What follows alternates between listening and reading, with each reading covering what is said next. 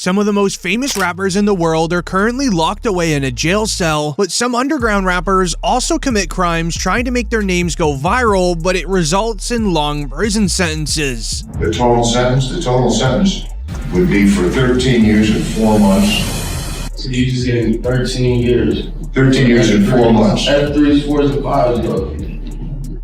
That's how right. is this injustice, right? It's justice because I gave you more opportunities. I'm talking right now.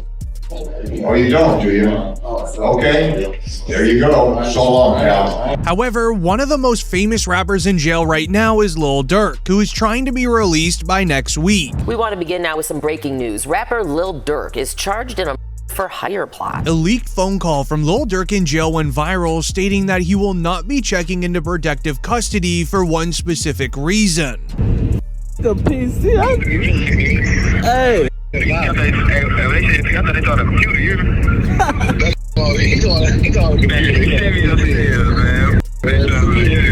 Hey, I respect your mom forever. The PC. A lot of them niggas be going straight to PC. This is because his lawyer Drew Finling submitted paperwork to have Lil Durk released on a house arrest. It resulted in DJ Vlad tweeting, "Lil Durk has a real chance at beating his case. Remember this tweet," which is a result of the feds panicking on what they even want to charge Lil Durk with in his trial later this year.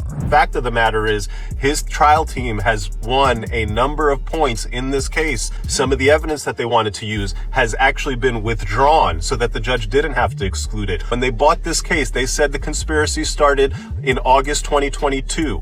That's when Durk arranged to get these rentals, these flights. That's when he made arrangements for the bounty. Then they switched that and they said, actually, the conspiracy started back when Von November 2020. And here's the big one. When they charged Durk, they said in the indictment about the bounty that at the direction of defendant Durk Banks, defendant Wilson, that's OTF Didi, would pay the bounty or monetary reward to the That's gone. But here's where it gets interesting, because Lil Durk is now winning the court case. They just added a fallback charge, and if you didn't know, in a court system, this is known as a Hail Mary, which is only ever added into court cases when the prosecutors go into the trial knowing they're likely going to lose. Also added a fallback charge. So when they bought the case, the original indictment, there was no stalking charge. In the second superseding indictment against Durk, they added a stalking charge. And the stalking charge is important because it doesn't require any contract. No quid pro quo, no bounty, no payment theory. You can add that charge and simply prove that, hey, he was telling people to go do this. He didn't necessarily pay them to go do but he was telling them to go follow that guy. He was telling them to go stalk that guy. And a jury can look at it and say, a lot like in the Diddy case, that, hey, not exactly sure here. Very, very, very suspicious individual over here. I'm gonna go ahead and hit him with the lesser charge. And so, when the government puts in that fallback charge later in the case, that tells you that they're not 100% sure. So now with the prosecutors panicking, they were able to delay Lil Durk's trial further, which opens up a house arrest release date, and let me explain. The news just wrote, Chicago rapper Lil Durk's M for Hire trial was moved to Tuesday, August 25th at a hearing today. 3 of Durk's OTF co-defendants in the King Von revenge case has filed a motion to sever their cases from his trial. This is a massive win for Lil Durk. However, the reasoning for the delay could be concerning. The news wrote, DJ Academics reveals that one of Lil Durk's alleged members confessed to a cellmate who was reportedly an undercover informant that Durk paid him to retaliate for D-Thang, who passed away, aka Lil Durk's brother. He gets locked up in a cell and they give him a cellmate. He tells his cellmate who he murdered, how he murdered him, the homie he did the murder with, and who was supposed to pay him for the murder. Thank you. Come again. Perfect. Got him. So he confessed, essentially. He's talking to a cellmate. Listen to how he's talking to his cellmate, chat. Yeah, I had the standard, folk, with a 60 round in that on Mike. I let 3 shots out when he first came out. Marley said, yo, wait till he get to the car. I said, yo, tweaking, boy. By the time he get to the car, that's enough time for him to get his pipe. Yo, so now the cellmate who's a confidential source, is saying, tell me more.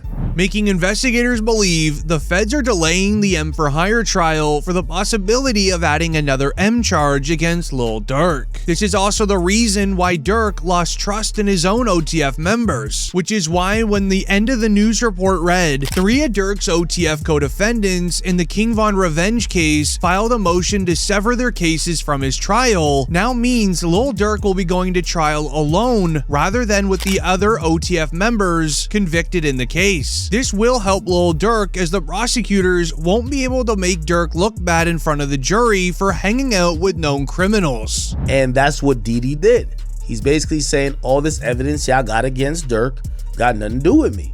Why you got me charged with Durk? And that doesn't mean he's going against Durk. That just means he wants his case severed. And I'm telling you, if it's severed, it helps Durk. Because one of the main connective tissue to this conspiracy is saying that Durk told Diddy to hire. Diddy's saying, I ain't get told to hire nobody, and I ain't hiring nobody. What are you talking about? Why would I hire someone? That's his thing.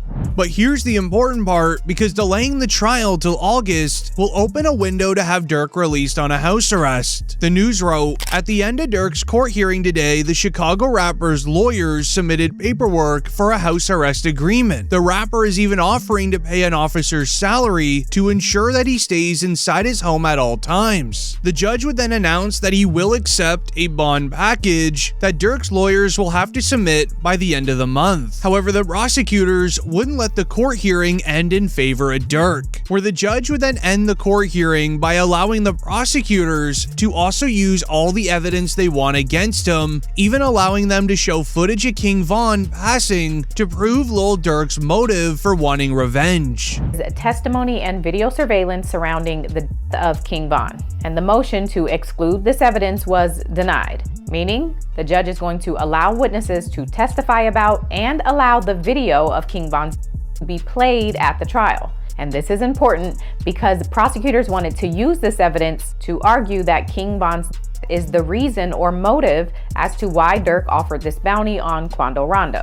And so with this ruling, the jury will get to see and hear about all of that. The judge is allowing this to go through to trial for 2 reasons. One being, when King Von passed, a lot of ops were celebrating it. They claimed that this fueled Lil Durk to go out and get revenge. When you looked at King Von getting, how did you feel, considering the animosity between you guys up to that point? Like my real first action, thought, I was happy. You're happy? I was happy. When you heard that, considering the back and forth that y'all have had in your own ways, how did you feel? So I kind of happy. You were happy? Can I say I was kind of happy? No, seriously, I was though. It was up. That, you know what I'm saying? Unfortunately, he did. But I was happy as when I found out Von was dead. I cooked for the whole day. For all the people I However, the second reason they're going to show King Von's passing is because the judge just allowed certain lyrics to be used against Durk. The lyrics read, "They be on my page like Slide for Von, I know they're trolling me, got it back in blood, y'all just don't know, that's how it's supposed to be," where they'll be connecting it to Lil Durk's interview with DJ Academics, where he actually mentions the Slide for Von comments and then says he doesn't hear them anymore. What are you talking about? By the Slide for Von comments. I don't know if people still say it. They used to say it, but you also mentioned a song. They be like, they be saying Slide for Von, I think they trolling me. Yo, by the way, that song is fire, I ain't gonna lie. For some reason, I just don't see them comments no more.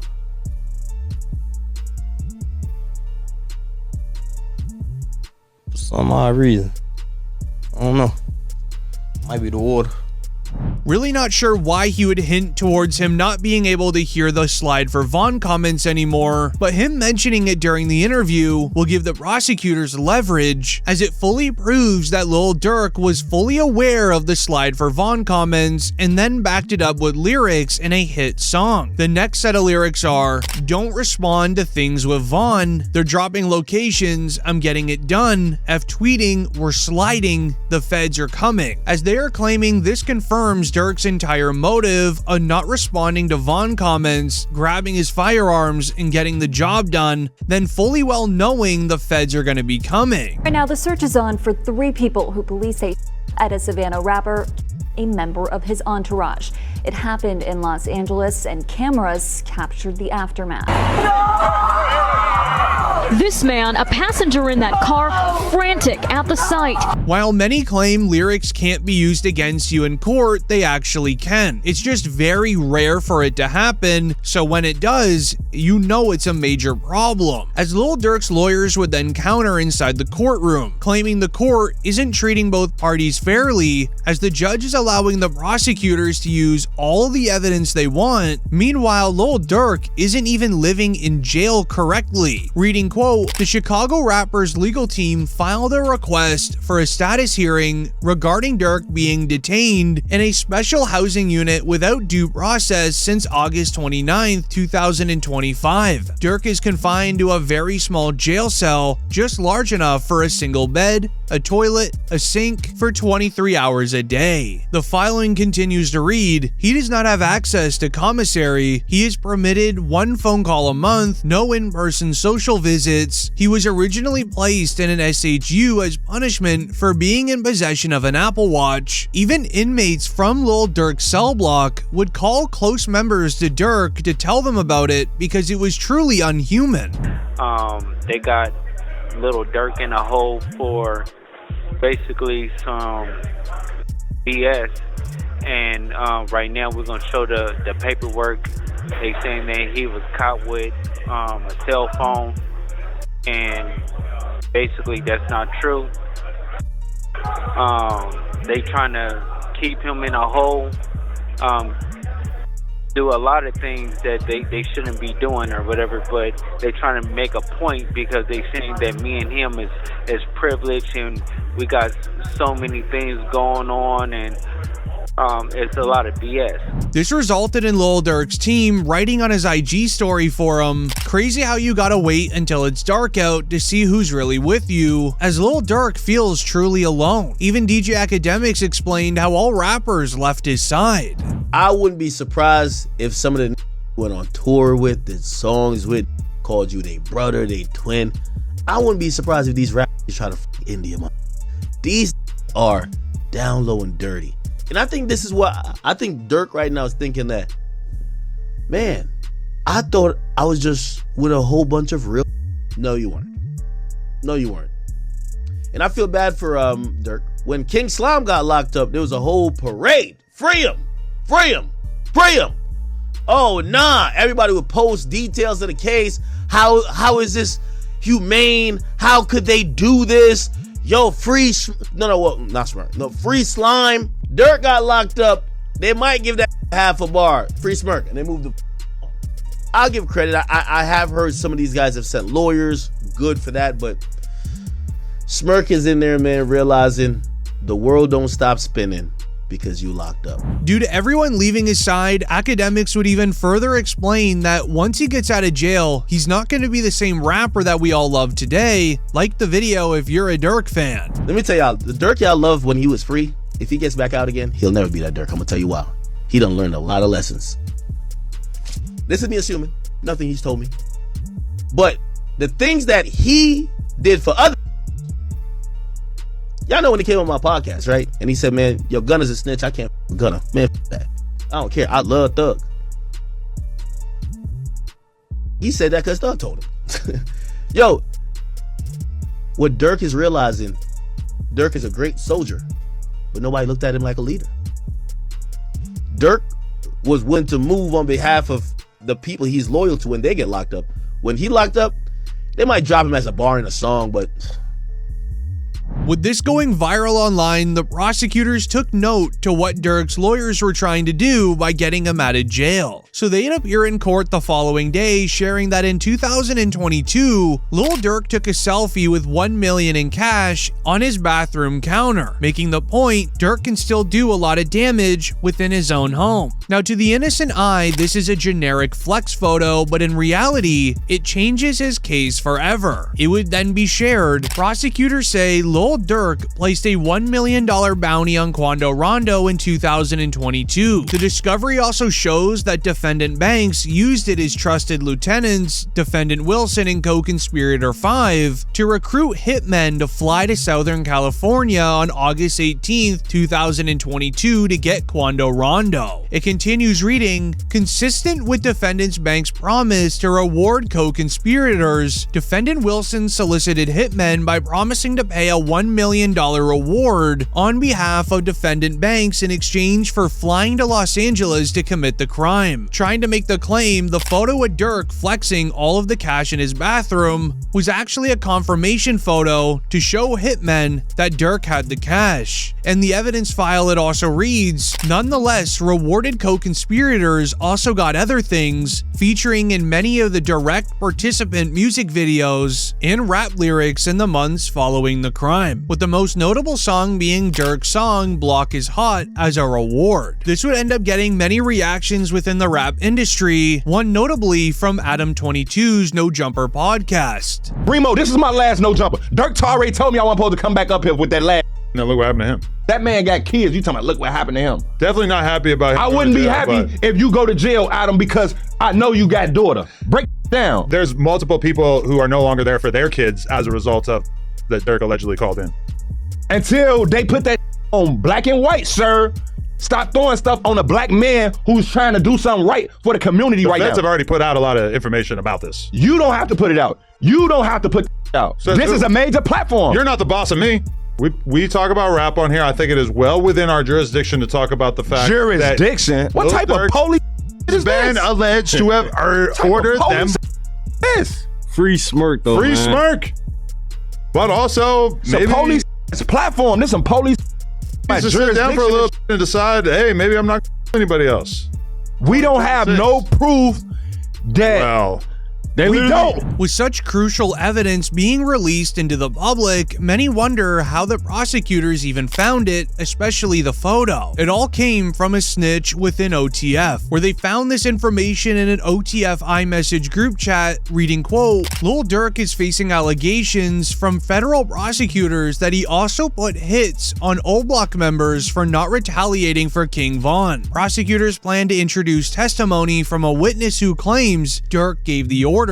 In the evidence file, it reads, defendant Durk Banks feuds with O Block member Mana Duke over Banks' belief that O Block members were not properly retaliating for Bennett's passing, aka King Von. Whack 100 would even react, revealing the truth of the snitches going against Durk.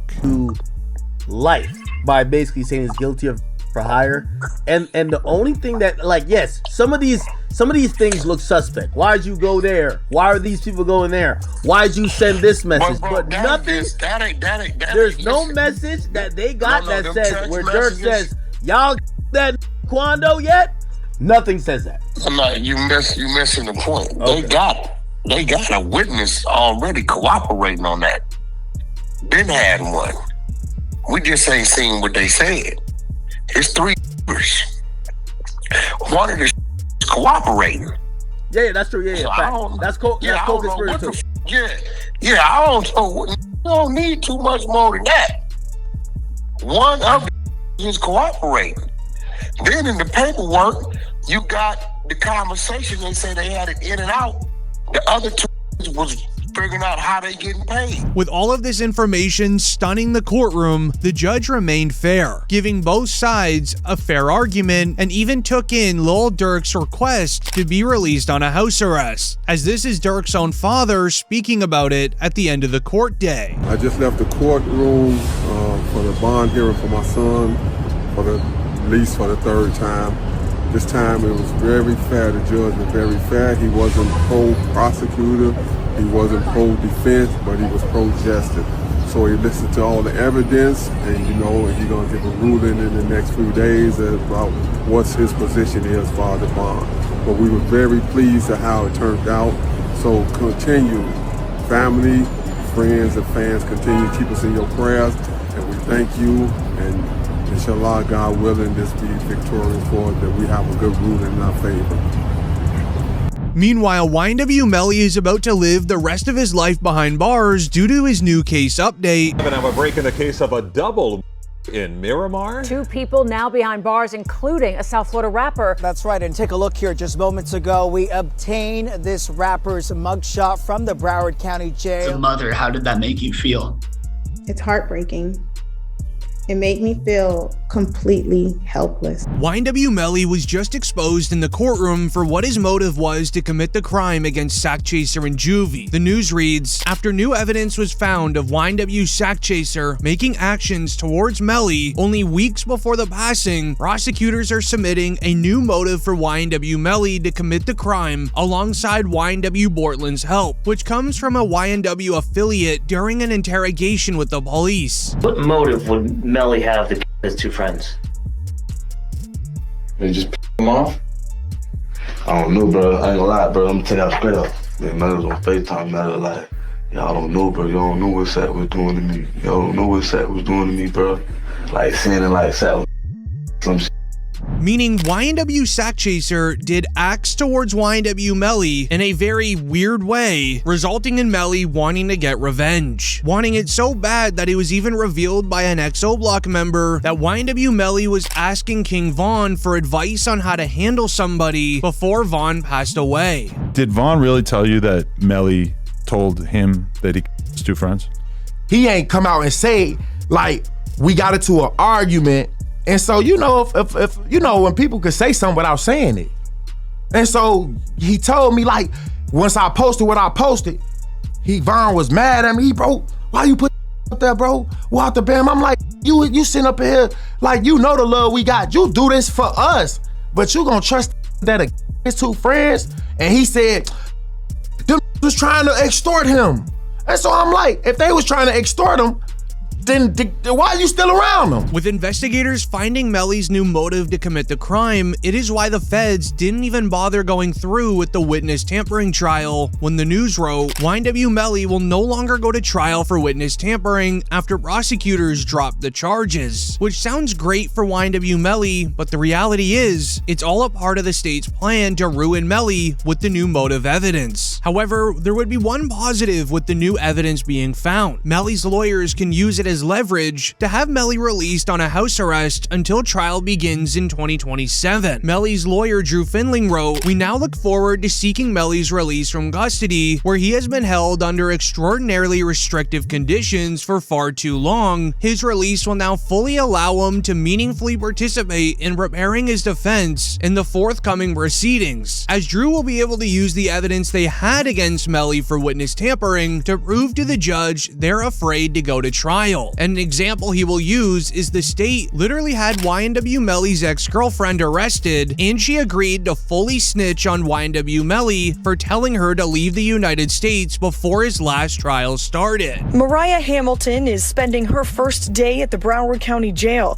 She has no arrest record until now. U.S. Border Patrol agents arrested her at Miami International Airport Monday after she arrived on an international flight. Court records show Hamilton was ordered to testify in Demon's first trial in 2023. Because when Melly's trial in 2023 started, Mariah was wanted by police for not showing up. They spam called her phone and even had house visits, but she was nowhere to be found. This is because Melly paid for her to leave the United States and not testify in trial. However, near the end of 2025, she wanted to come home. She missed her family, so she booked a flight home with her ID, which ended up triggering the police's security system, resulting in her being swarmed by police and arrested once landing in the United States. The state would then release a 5-page memo. It reads, quote, the prosecutors dropped the witness tampering case against Jamel Demons to avoid jeopardizing key jail call evidence essential to proving of guilt in his pending Double M trial. The state moved to drop the case because suppression of jail calls remained unsolved, risking acquittal and loss of critical evidence needed for the 2027 trial. Prosecutors charged YNW Melly with witness witness tampering and gang-related offenses tied to the efforts to keep key witness Mariah Hamilton from testifying in his Double M trial. Financial records show Hamilton received over $31,000 from Jamel Demons' management company and associates, plus assistance when purchasing a Mercedes, despite no reported income. Jail calls, surveillance footage, and inmate kites show YNW Melly directing a relay system through inmates James Howard and Terrence to pass messages outside of jail after losing his phone privileges. But later in the memo it reads, recorded calls and messages instructed associates, including co-defendant YNW Portland, to keep Hamilton away from the courtroom using coded language and nicknames, which was even exposed by YNW Juvie's father during an interview. There was this kind of crazy way that Melly was communicating. He wasn't allowed to use the phone, but he was passing notes to people, and then this person's calling this person and then that person. Saying like to me, they going through extreme measures, trying to cover up or convince people not to testify, like Mariah mom.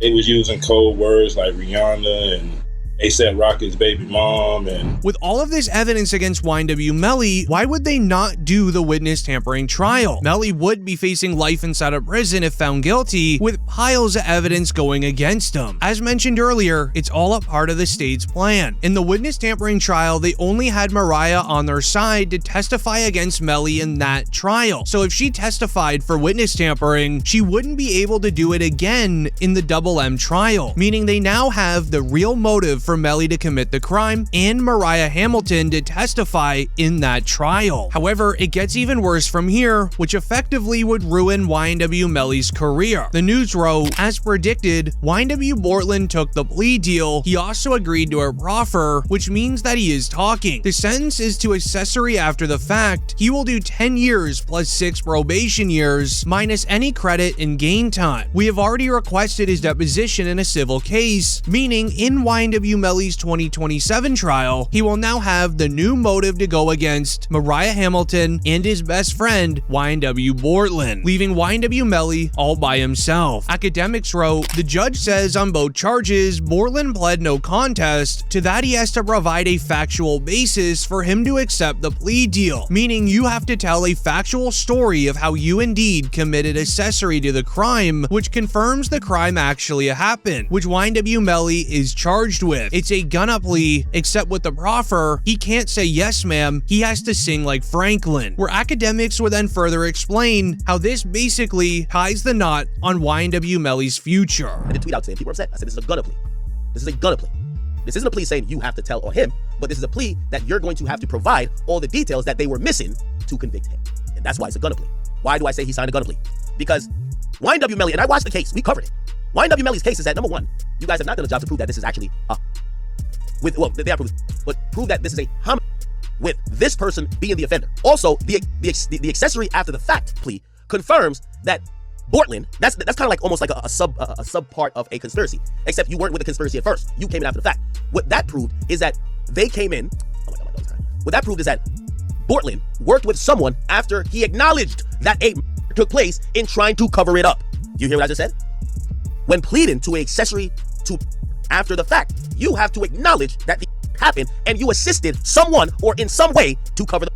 Now, if Melly's statement is, how do we know they were, and then secondly, how do we know who did it? Because they said it was a drive-by. The easiest way to understand what academics is saying is YNW Portland will be required to tell how the crime went down from his own perspective, somebody inside of the car driving the car. Regardless if he says YNW Melly's name or not, when he tells the police that Sack Chaser and Juvie both passed from a situation inside of the car, YNW Melly will then be found guilty. He will be flipping.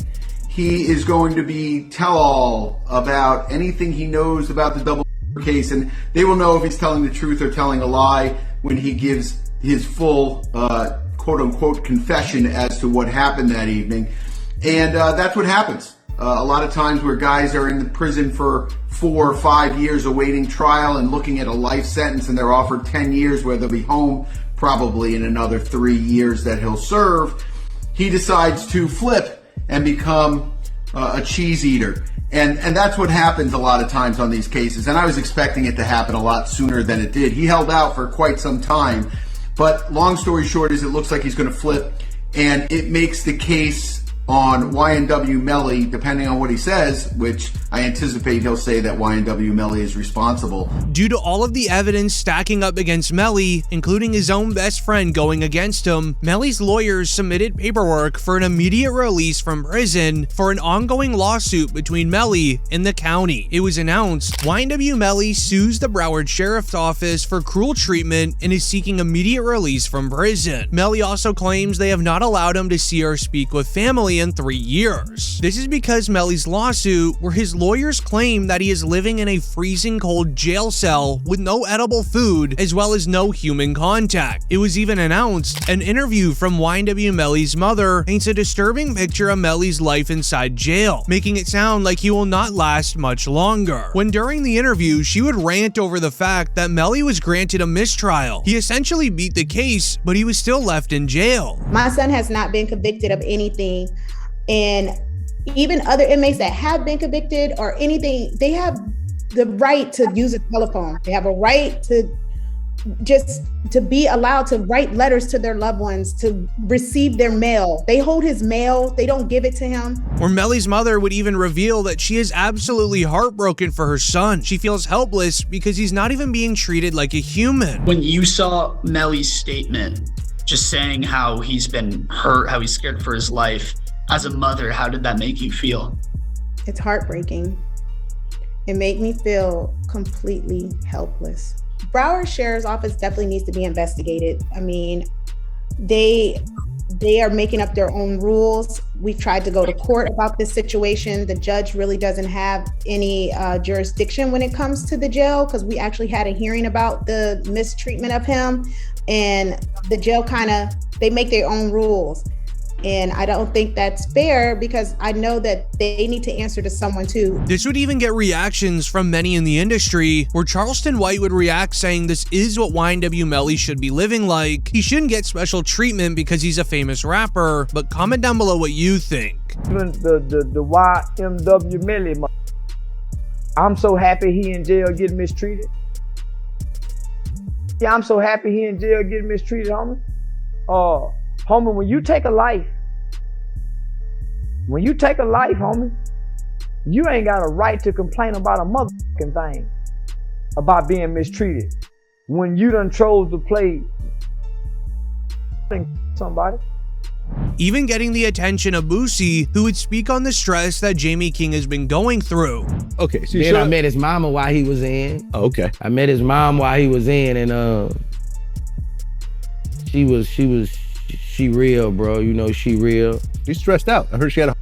Yeah, she real, and I reached my hand out to him, cause I'm real.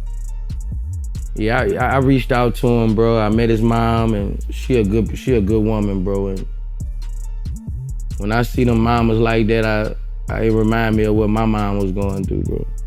With this then going viral online and the trial being delayed until 2027, the judge allowed YNW Melly's lawyers to make a case as to why he should be allowed on a house arrest, as well as the prosecutors to make a case as to why he shouldn't. You tell me if you'd release him after hearing the prosecutors start with evidence of a text message of YNW Melly literally admitting to doing the crime. The PT Gambino account asked him if he was okay, and his response was, "I did that," and placed a smiley face emoji. And the next message from 10/26/2018 at 16:02 from Eastern Standard Time. The YNW Melly account says what? After that, SHHHH. Where they would then even show Melly's reaction to the crime going down, where only 5 hours after it occurred, he was seen dancing in a parking lot with YNW Bortland.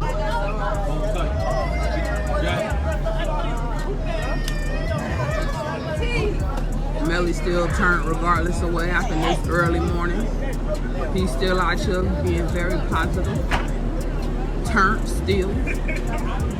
Hey! No, still turned, regardless of what happened. You already know. showing not even an ounce of sadness for the passing of their two best friends. But they would then share the surveillance footage from the studio, where it shows YNW Melly, Sack Chaser Juvie, and Portland all getting into the Jeep and exactly where each person was sitting. This is important because they would then read off a court document reading, "The direction of bullets traveling from left to right in the car supports the claim that they originated from the back left seat where YNW Melly was positioned." Even YNW Juvie's mother confirmed he was there. Can you state your name, your full legal name for the jury? Leon Phillips. Okay. And are you related to one of the kids in this case? Yes, I am. How so? I'm his mother. And who is that? Christopher Thomas. Ms. Phillips, did you see who entered into the occupants who entered into that gray Jeep? Yes. Do you recognize where your son entered that gray Jeep? Yes. Which seat, if you can identify for the jury? He got in the back seat on the right hand side.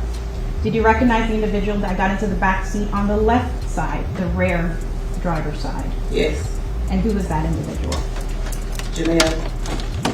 This then resulted in Melly's lawyers having their turn. They would share with the judge evidence from the original trial, where the prosecutors had to sit up in front of the jury and admit there was never a firearm even found, supporting Melly's claim that this was a drive-by. So the first thing is I didn't have a firearm, so I can't know which firearm I'm going to use in order to replicate any of my tests. So I can't make tests for this determination because I don't know what firearm was used. Okay. They would then share evidence found inside of YNW Portland's home, the person that they made a plea deal with, proving that it looks like he's the more dangerous one out of the two. Melly's co-defendant YNW Portland was booked into a Miami jail Monday night and is being held behind bars on an out-of-county warrant. We just confirmed the warrant is out of Broward County for witness tampering. The warrant obtained by Law and Crime Network states as follows. On or about April 10, 2023, continuing through and including July 22, 2023, Cortland Henry, aka Portland, along with others, did unlawfully and knowingly engage in misleading conduct toward another person with the intent to cause or induce them to withhold testimony. The warrant continues the alleged witness had been summoned by the legal process to the jury trial of Jamel Dimmons, aka YNW Melly. The dates in the warrant are important. Jury selection for Melly started in mid-April, and a judge declared a mistrial on July 22nd, the same day the warrant claims Portland allegedly tampered with a witness. Where the news wrote, here are the images of alleged notes discovered during the home raid of YNW Portland's home last week as filed into the Broward clerks by the state, where Portland was detailing where certain jurors were sitting with a description of what they looked like, making it really look like if YNW Melly was found guilty by the jurors in the first trial, Portland was gonna go slide for Melly. To keep it real, this is sloppy. Portland, how the f you gonna have the notebook of the jurors in your house? Holy sh! Like, come the f on. It's like doing a and having the surveillance tape in your DVD player or something like that. You know what I mean? Like, come on, bro. Like they raid your crib and the surveillance footage of the is in your DVD player. They be like, oh, okay, thank you, brother. This can't be at your crib. However, Tory Lanez is currently behind bars for committing a crime against another rapper. Meanwhile, musician Tory Lanez convicted of rapper Megan Thee Stallion sentenced to 10 years in prison. A judge in Los Angeles handing down that sentence today, culminating a case that filled gossip pages and polarized the music industry. Meanwhile, Yungeen Ace was just named in the passing of Julio Fulio, meaning a prison sentence is coming. But here's why. Yeah, back behind. Jacksonville rapper Yungeen Ace arrested by Jacksonville Beach police around midnight. Hakeem Robinson has been arrested in the 2019. The Jacksonville sheriff just released the secret Julio Fulio files revealing the involvement of Yungeen Ace Ksoo in his passing, answering one very important question. It reads, quote, investigators in Jacksonville are starting to hear rapper Ksoo played a role in the passing of Fulio, being a main member of ATK. There's news of him adding money to the hit pool, a collection of money for bounties to deal with their ops that was allegedly started by none other than Yungeen Ace. This raised a major flag in the court file because of the evidence from a gang member claiming there was a $10,000 bounty for Fulio. Hey, on everything I love, bro. On the day, homies, bro, I put it on everything on my soul, on my kids. I'm the one that smacked Fulio that night when he got at his birthday celebration, bro. You feel me? I ain't gonna show my face and give my identity away or nothing like that, but you know, I did that, you feel me? It was money on his head, you feel me? I rock with Ace and them boys, you feel me? ATK, you feel me? I be in Jacksonville heavy, you feel me? If you know, you know. But yeah, you feel me? I did that, you feel me? I handled that, cause, you know, Ace had that money on his head, you know, Ace had them put that 10K up, told me to slide, told me to cause you know he got tired of that nigga running his mouth playing all the time, you feel me? So what had to be done, you feel what I'm saying? So I just handled it, you feel me? It was what it is, bro. The police noted that Yungeen Ace and Ksoo were longtime friends and they're close affiliates of the ATK group. Their relationship is deeply rooted in the street and within music ties, where they noted Ksoo is one of Yungeen Ace's most loyal associates during the height of the ATK gang beef versus Fulio's crew. But here's where the files get interesting, as they stated that Ksoo is currently serving a life sentence for a separate M charge, but is now also being charged with the passing of Adrian Gaynor, otherwise known as Baby. He was a little brother to Fulio. Every day after school, he'll come to me, like, he coming straight to me, we chopping it up, we speaking, like, you know, just regular shit. They walk in the house, we dap each other. I'm like, what's up, little bro, what you been on? Like, he telling me I went to school, bit, bro. And guess what school he was going to? I'm like, look, bro, I love you, bro, be safe, you know? And that's how it always ends, like, with so many people with me, like, they last word with me be, I love you, be safe. You know what I'm saying? The police believe with Ksoo getting Bibby, there's a very high probability that he would have done whatever to get rid of Fulio as well. So it's important to watch the facial features when DJ Vlad mentions Ksoo's name to Fulio during an interview when he speaks about the passing of Bibby. There was a rapper named Ksoo. Yeah. Who basically was posting videos bragging about, you know, different KTA members, or I mean, whatever you want to call it, and he's talking about f***ing Bibby. Yeah. And he actually got arrested for a Bibby. Yeah. For the life of me, I don't know why you would commit a murder and then go on the internet and brag about it. It just makes absolutely no sense. But the entire case would change today when the new Fulio files announced that Ksoo just pled guilty to the passing of Bibby, confirming the theory he would also want Fulio gone. Jacksonville rapper Hakeem Robinson, also known as Ksoo, pleaded guilty to the of Adrian Gaynor Jr., who many people knew as Lil Baby.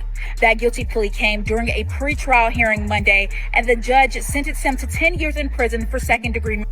Confirming in the end that Yungeen Ace and Ksoo wanted to get anyone dealt with that was affiliated to Fulio, resulting in one viral reply reading, "Am I the only one who thinks Ksoo and Yungeen Ace wanted Fulio gone as soon as possible before Fulio could have got the chance to retaliate for what they did to his little bro," meaning Bibby. Jacksonville police think the exact same thing. It would then be shared on the news. Jacksonville Sheriff TK Waters sends a PSA to Yungeen Ace and his crew, ATK, after Fulio's hitters were caught, confirming they're on to Yungeen Ace. So Yungeen Ace has long been known in Jacksonville. We are consistently monitoring those groups. We have people that are always watching them. I won't speak to the chief's investigation. That's up to TPD. We don't have an investigation on him right now, but he can't move around in Jacksonville without us knowing about it. And that's for the betterment of our community.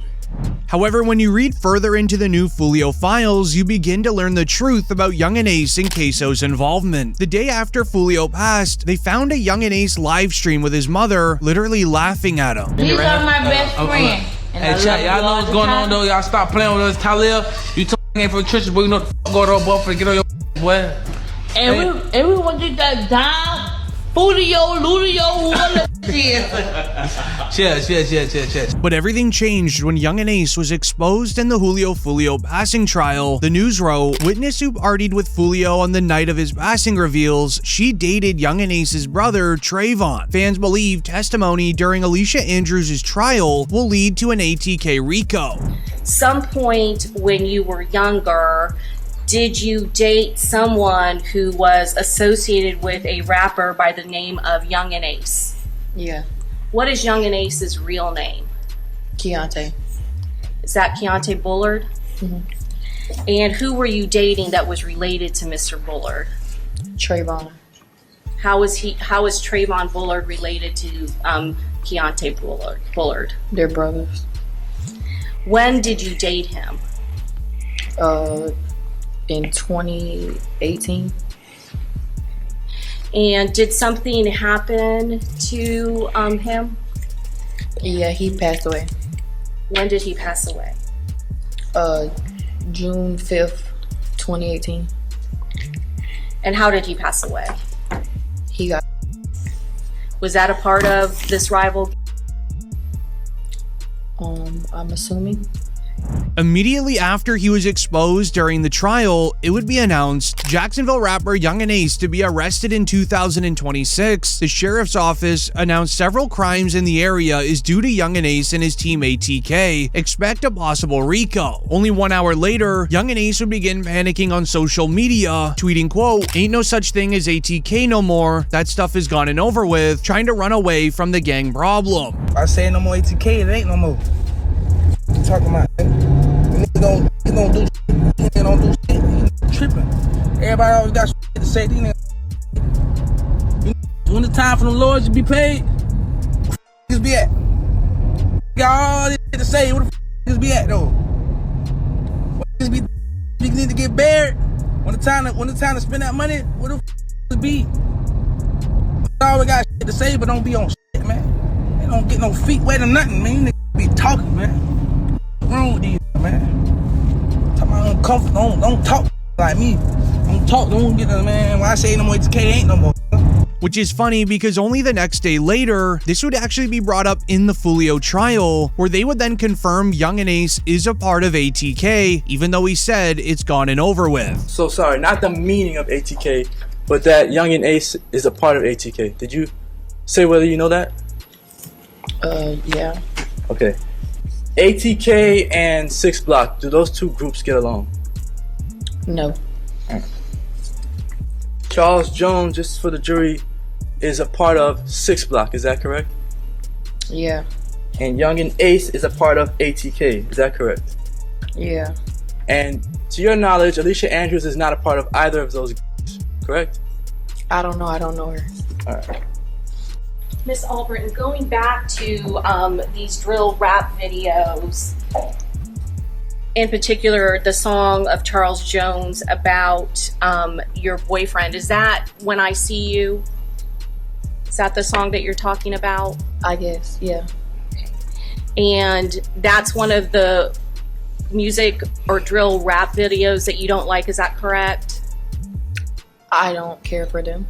The hunt for Yungeen Ace would now be started. It would be shared. Yungeen Ace has now canceled all of his tour dates that were scheduled to take place this month, which is either Yungeen Ace preparing for the feds or the feds limiting his business income in preparation of a court case so then he wouldn't be able to afford lawyers. Jacksonville police and I don't know how they be doing it, but they always call around and cancel my shows. What's up with y'all? What's going on? Why y'all want to cancel my show? I don't even live there in Jacksonville. Why y'all want to cancel my show? Why y'all trying to my money? Yeah, man, y'all trying to my life. Cause y'all worry about what I got going on. I ain't with y'all. Y'all cancel all my shows, but I just had a show in Temple. Y'all got my show canceled in Tampa. I had a show in Virginia. I called, got my show canceled up. I had a show in Gainesville. Y'all canceled my show in Gainesville before. Daytona. You feel me? Like, what's really going on? With the situation going viral online, Yungeen Ace would then do a podcast tour where DJ Academics would straight up ask him if you're the one who did it to Julio Fulio. He reacted with an evil laugh, but comment down below if you think he's guilty. I mean, some people feel like you were behind that.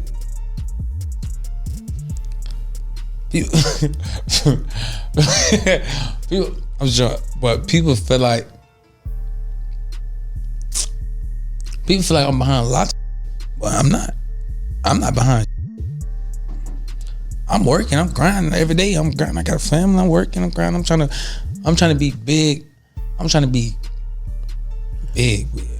This interview would end up being seen by the Jacksonville police themselves. Anything Yungeen Ace does, they have a radar on it because they would respond to the interview just a couple of days later, announcing they are targeting Yungeen Ace and his entire team for the passing of Julio Foolio. Furthermore, it was found that the shooters are members of or affiliated with rival gangs of Jones that go by ATK and 1200. Jones was part of the 6 block.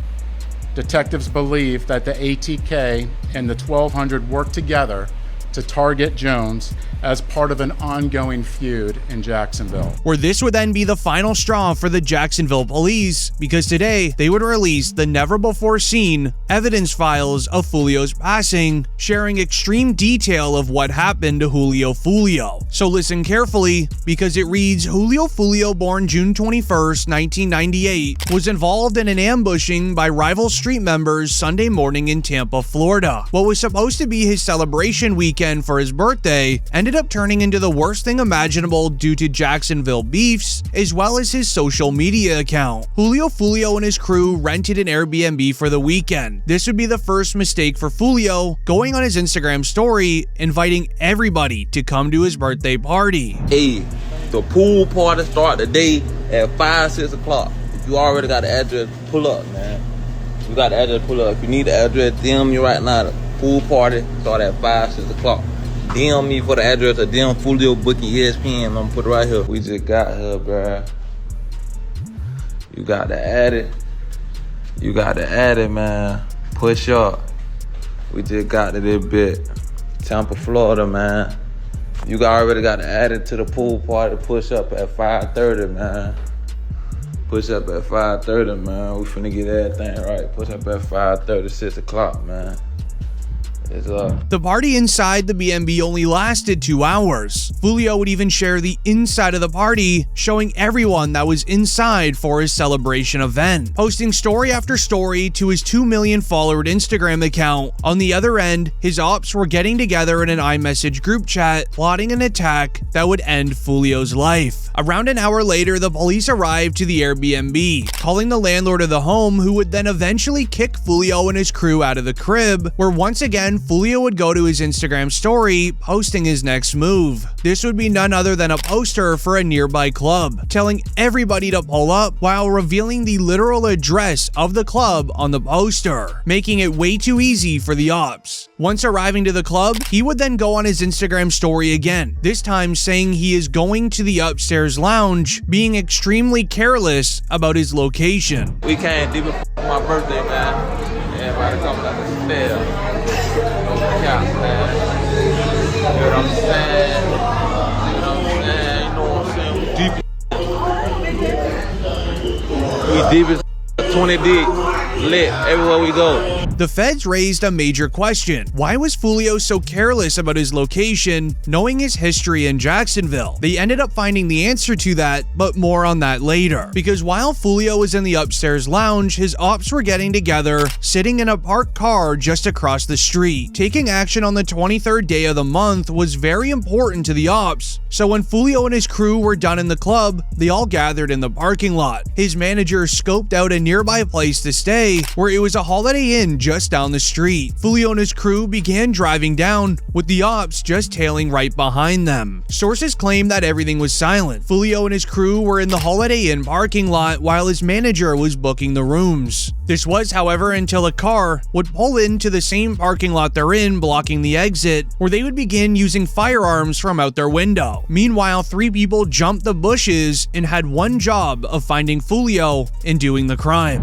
At 4:38, 3 exit a vehicle and walked in the direction of the hotel. They murdered Jones with a handgun and 2. This barrage of fire also struck 3 additional victims who miraculously survived this incident. Let's look at this video.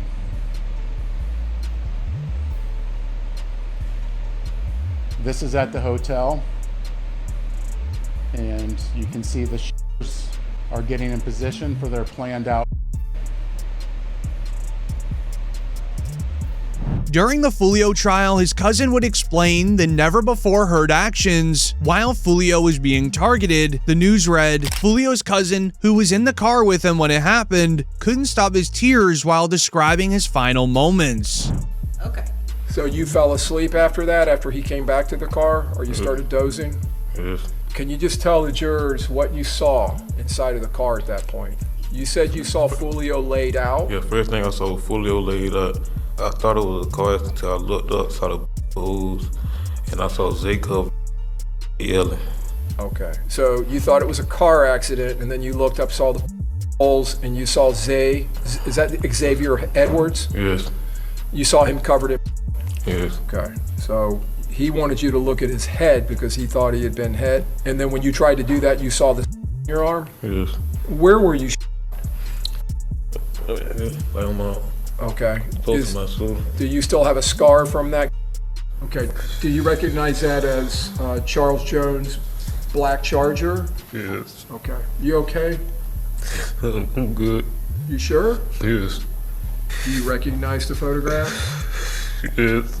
Only a few hours later, after the news reported that Foolio passed, the news wrote, Yungeen Ace just dropped Do It, a direct diss track at Julio Foolio after his passing earlier today. Meanwhile, Yungeen Ace's right-hand man shared on his Instagram an old tweet from King Von reading, Game over, we won, stupid, making it extremely obvious who was involved. In Yungeen Ace's new song, he actually remixed Foolio's lyrics in his song When I See You, making it more obvious because Foolio rapped in his song, went out to eat on his birthday, 4 hit, 3 passed in the worst way, he kept dissing on me, and now we're hitting 23. Meanwhile, Yungeen Ace rapped, on the 23rd day of the month, 4 in the car, 1 of them gone, 3 got hit, mixing around Foolio's lyrics. But Yungeen Ace wasn't done just yet, because the following week later, Foolio's mom said she was targeted 8 times and allegedly named Yungeen Ace as the culprit. So now she's a mother. She's not involved. She was a nurse or whatever the case is. This is what I hear. She got 8 times. The police showed up and asked her, hey ma'am, who shot you? Guess who she allegedly said shot her? Allegedly, she said, I got shot by Yungeen Ace. Yungeen Ace was on some type of supervised release at the time. Police go, I guess his probation officer say, yo, you got to come in now. And they're about to lock up Yungeen Ace for Foolio's mom. But this is where the story gets interesting, because the feds would look into why Foolio was so careless about his location on the night of his passing. They ended up finding an interview from Foolio 1 month before he passed, speaking on the beef in Jacksonville, where he revealed there was a song made with both groups to stop the crime against each other. No record. Y'all probably didn't know this. Even though I said what I said, my bro. Me and J.Dot Breeze supposed to be doing a Stop the Violence song. We probably gonna get that shit in motion. Song and just get that shit out of the way for the kids, for the youth and stuff. And yeah, we gotta make this look better, man. You and J.Dot Breezy have a Stop the Violence record coming. Yeah, that shit, it's talked about. I DM'd about it. My big cousin wrote about it too. He said he with it, I'm with it. But basically right now we trying to find a beat. Investigators believe they have evidence proving that ATK pretended to drop the beef with Foolio so then he would let his guard down, which he definitely did by posting 40 IG stories in one night. But they also added up piece of evidence in the files of DJ Academics telling Yungeen Ace that he's going to be next to be dealt with. Comment down below what you think is going to happen. Whack 100 recently spoke about you and he says you're next. Why would you say that, bro? Why would you wish that for me? Well, I don't know if he was wishing that. I think he's just thinking about, like, you know, in terms of, you know, people want to get the target, like the high profile target, and if Foolio is out the way, now they're like, well, the only way to make another thing is you. However, K-Flock was on track to become one of the biggest rappers out of New York in recent time, but sadly got locked up for 25 plus years. However, his lawyer just claimed that it was self-defense. When the guy hits the ground and is found, he's got a loaded that was in his pocket that his hand was on at the time. You know, we consider that to be self-defense. So he did take him in self-defense. That's what the allegation is. You know, I don't want to talk too much about the details of the case, but the government claims that he pulled the But at the same time, the person that was around had his hand on a illegal loaded. Okay. So without saying too much, you're arguing obviously self-defense. That could be one of the arguments, self-defense. And I would say to the public, somebody's walking up to you with a loaded, it's pretty clear is going to use it, with a criminal record a mile long. Do you want to get or do you not want to? Oh, absolutely. I wouldn't hesitate to pull the. Due to this, his lawyer sent in paperwork to have K-Flock released from jail. He would go out and send a message out to all of his fans that you need to hear. Flock here. Been a lot of talk about the trial. I just want to set the record straight though. Make my first official statement about it. I want to give thanks to everybody who supported me and kept me in their prayers. I want to thank everyone who was involved in my trial, especially the judge who made sure I was treated with respect throughout the process. I have to thank my lawyer, Michael Ashley, no cap, for not giving up on me and putting up a fight, even though we still fighting because it ain't over till Allah says over. I want to thank every one of my fans and supporters. I love y'all, everything to the chin, nothing to the heart.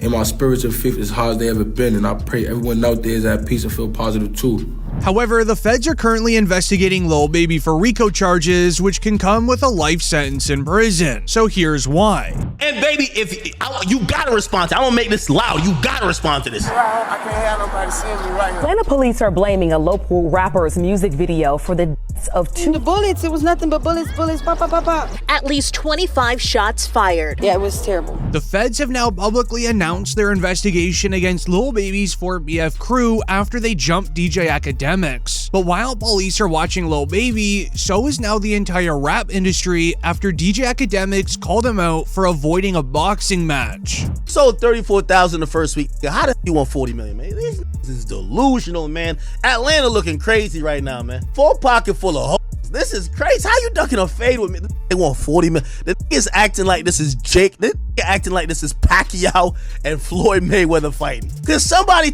yo, have you seen this? Yo, this can't be serious, bro. Bro, I wouldn't be even asking for that. And low key, yo, I'm gonna keep it a beam with you. Know, I said whatever he get. I thought he was gonna be realistic. I thought Lil Baby is on some like he's gangster. So I'm like, yo, I bet. Like, what's up? Let's like, cause I'm telling you, he's like a scrawny. I'm like, I bet. Whatever he get, just give me half. Ain't you a nigga? Y'all should be fighting for fun. You squabble up just cuz. I'm the one that everybody says probably never had a fight. Okay, you're my first fight. You get to knock me out for all this that I taught before and will continue to talk till we squabble. Because for the last 10 years, many rappers wanted a chance at boxing DJ Academics. Lil Baby is being paid millions of dollars to do it, but is still avoiding it. Which is hilarious because in Lil Baby's newest track titled Top Priority, he literally raps the lyrics, "Academics guys think they can't be touched." However, in the end, this will end up ruining Lil Baby's rap career for one important reason, beginning with the tweet of, "The feds have been investigating Lil Baby, building a case of evidence against him. This new beef with DJ Academics will likely spark the first set of arrests in the 4PF camp, making its way to Lil Baby. To understand the current evidence file against him, it's important to know how Academics exposed the truth when he would be jumped by a 4PF member." The news wrote, "Academics confirmed that he got slapped by Lil Baby's cameraman K Rich in Miami. Here's a picture of Academics' right-hand man, AJ, with a police officer right after the situation, showing that the altercation between the two was big enough to the point where even police arrived to the scene." However, later on that night, K Rich would hop live on Kick, bragging about getting DJ Academics. So boom, and he said something, bro, I swear to God, right hand of God. I smacked this right hand of God, bro. I smacked. You smacked Academics? Yes, and then listen, after I smacked him, listen. Yo, Lil Baby, eat a. I'm not even gonna address it. Lil Baby, you eat a, because I don't know this. And I'm gonna tell you why I'm getting that Lil Baby, because I've been waiting for this. I can't take it out on a I don't know. I'm up tens of millions of dollars. I'm taking it out on his boss. Yo, Lil Baby, if this is what you believe or he believe, both y'all eat it. Whatever y'all think, that's what it is. Both y'all. Where DJ Academics would expose how Lil Baby was at the root of the issue, beginning with the tweet of, "DJ Academics claims Lil Baby's camp paid him $30,000 to chill on album criticism, then allegedly backdoored him anyway by sending K Rich to swing on him." So Lil Baby got to drop his new album, and I'm gonna start really getting on business. Yo, Lil Baby, you and your team paid me $30,000 to keep quiet about your motherfucking album. And I sat there and I realized, I said, well, if you pay me $30,000, there ain't no way you sent a come swing on me. Why would you do that? Don't make no sense. $30,000 you could pay for a hit. Why the would you send to come swing on me for pennies and to clean your balls in your drawers and then pay me $30,000? I got the receipts posted just. Why would you pay me afterwards? Cause y'all whole demeanor was an act. You a wave, and I said I'll fall back. I said I can't lie to, but I'll fall back, and y'all paid me to do it. Y'all paid me. But now since Lil Baby wants to play games with DJ Academics, he would then go on to say they're gonna have to pay him $300K to not speak on Baby's next album. Yo, Baby, you gonna have to pay me to get off your for this next time. Y'all paid me 30 bands already. The price is now 300 bands. Straight up. The price done went up 300 bands. You have this who you sent. Yo, Lil Baby, stop the bullshit. You sent this to go do this bullshit. When I called you up, you acted like, oh, wait, what happened about? Yo, do you know this K Rich? I call every in Atlanta. You know what they say? But that's his assistant. That's his name. Wait, he act like you don't know him? Yo, I talked to him. He say, pay me for your album tonight. Yo, I'm on your forever. Remember that. So listen, I'm only saying this because I think this little K Rich thing, I'm gonna go back and forth with him. Let me tell you this, I'm gonna cost your boss $1 million. I did this to the best of them, and I'm gonna do it to him. Where it would be this moment where investigators that were watching Lil Baby already got involved. Because when Academics confronted Lil Baby, he revealed during the altercation, K Rich was claiming this is 4PF, while shouting it while leaving the scene. When Lil Baby was confronted on the phone by DJ Academics, he got scared. And Baby, you gotta respond to it. I'm gonna make this loud, you gotta respond to this. You're gonna either be pussy or you're gonna stand on it and say, I did backdoor that. Thought it was cool. When I asked you in the morning, you know what you said? So the first thing I said, yo, bro, you know what came up to me? He said some 4PF. You know the first thing you said? Yo, act, chill, act, man, you on that police. You scared of this 4PF. Bet, cool. I said, yo, nah, Baby, like this was. So he's like, act, what? You acting dumb. However, this is where it gets concerning for Lil Baby and 4PF members, as the Atlanta police are already working on a court case to deal with Lil Baby the same way they tried to get Young Thug. And let me explain. The Atlanta court system announced an investigator is on the stand. We are listening to wiretap calls. Someone mentioned that Lil Baby had tickets on some people's heads. Like, come on, bro, you know what's gonna go on. Like, how the hell you can, you know what I'm saying? They ain't even like that, man. Got tickets on a lot of these folks, I'm telling you. We just heard somebody say these folks got tickets on these people. We know what's going on. First of all, who was that said that about the tickets? Unk, the unidentified male that was being referred to as Unk. And he's speaking with Mr. Sanders? Correct. And what, in your experience, do you know what tickets are? A price on somebody's head. What do you mean by a price? What do you mean on somebody's head? What is that? Like a bounty. Okay. To have them arrested? Harm. Or and who were they referring to in that portion of the call? They were saying that they had heard that Dominique Jones had tickets on a lot of people's heads. Dominique Jones wanted to have people harmed. Correct. All right, moving on. Meaning Lil Baby placed money to have people dealt with, exactly what Lil Durk did in his M for Hire, where DJ Academics would explain the city of Atlanta is getting ready to pursue a 4PF RICO, with Lil Baby being tied right in the middle. So there's this journalist, he's out of Atlanta, well-reputed journalist. His name is George Cheedy. Like, he was the person who was very accurate on predicting that YSL was going to get indicted in the RICO. He's an Atlanta journalist, certified. He's really good. He's came out and he said that the Atlanta Public Defenders Council, like the office, they're basically their specialized unit for Georgia's Public Defender's Office. The unit that specializes on gang cases says the office is actively preparing for a racketeering indictment on the 4PF and OMF case. Now I don't know what OMF is, and that he expects Lil Baby to be indicted. It even got the attention of Young Thug, as these are the exact same people that went after him. Thug tweeted, "Biggest liar in the DA office," exposing what Marissa looks like, while also calling her a liar. Where academics would explain further Marissa's involvement on trying to lock up Lil Baby. What Young Thug did to have and this is how you know this 4PF is real. Young Thug posted the woman. This is Marissa Vivierdo. He said, "Biggest liar in the DA office." He posted her, okay? And then he also reposted, "All my homies hate Vivierdo." Now, this is someone who is a officer of the law. This is someone who is a government official. When you do that and you're under probation, the government is going to be like, "Oh, you sending a smoke signal that people should hurt this woman?" That's why they're doing a motion to revoke his shit. Why did he do this?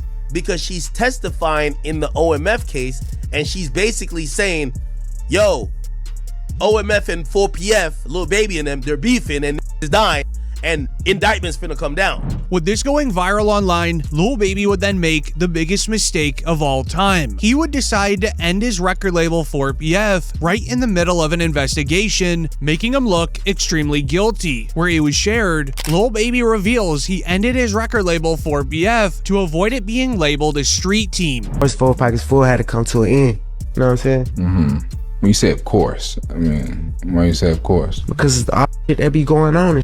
And I had to start learning that, like, other people's actions I could be held accountable for. Right. I ain't know all that at first, you know what I'm saying? I never would have went that route, but I ain't know, you know what I'm saying? Now that I know, I'd be a fool to just keep the same thing going. They trying to make something out of something that it ain't. Right. Like, if I got any kind of control of, hey, we gonna switch that whole thing up. It ain't even just about the police, it's just period, you know what I'm saying?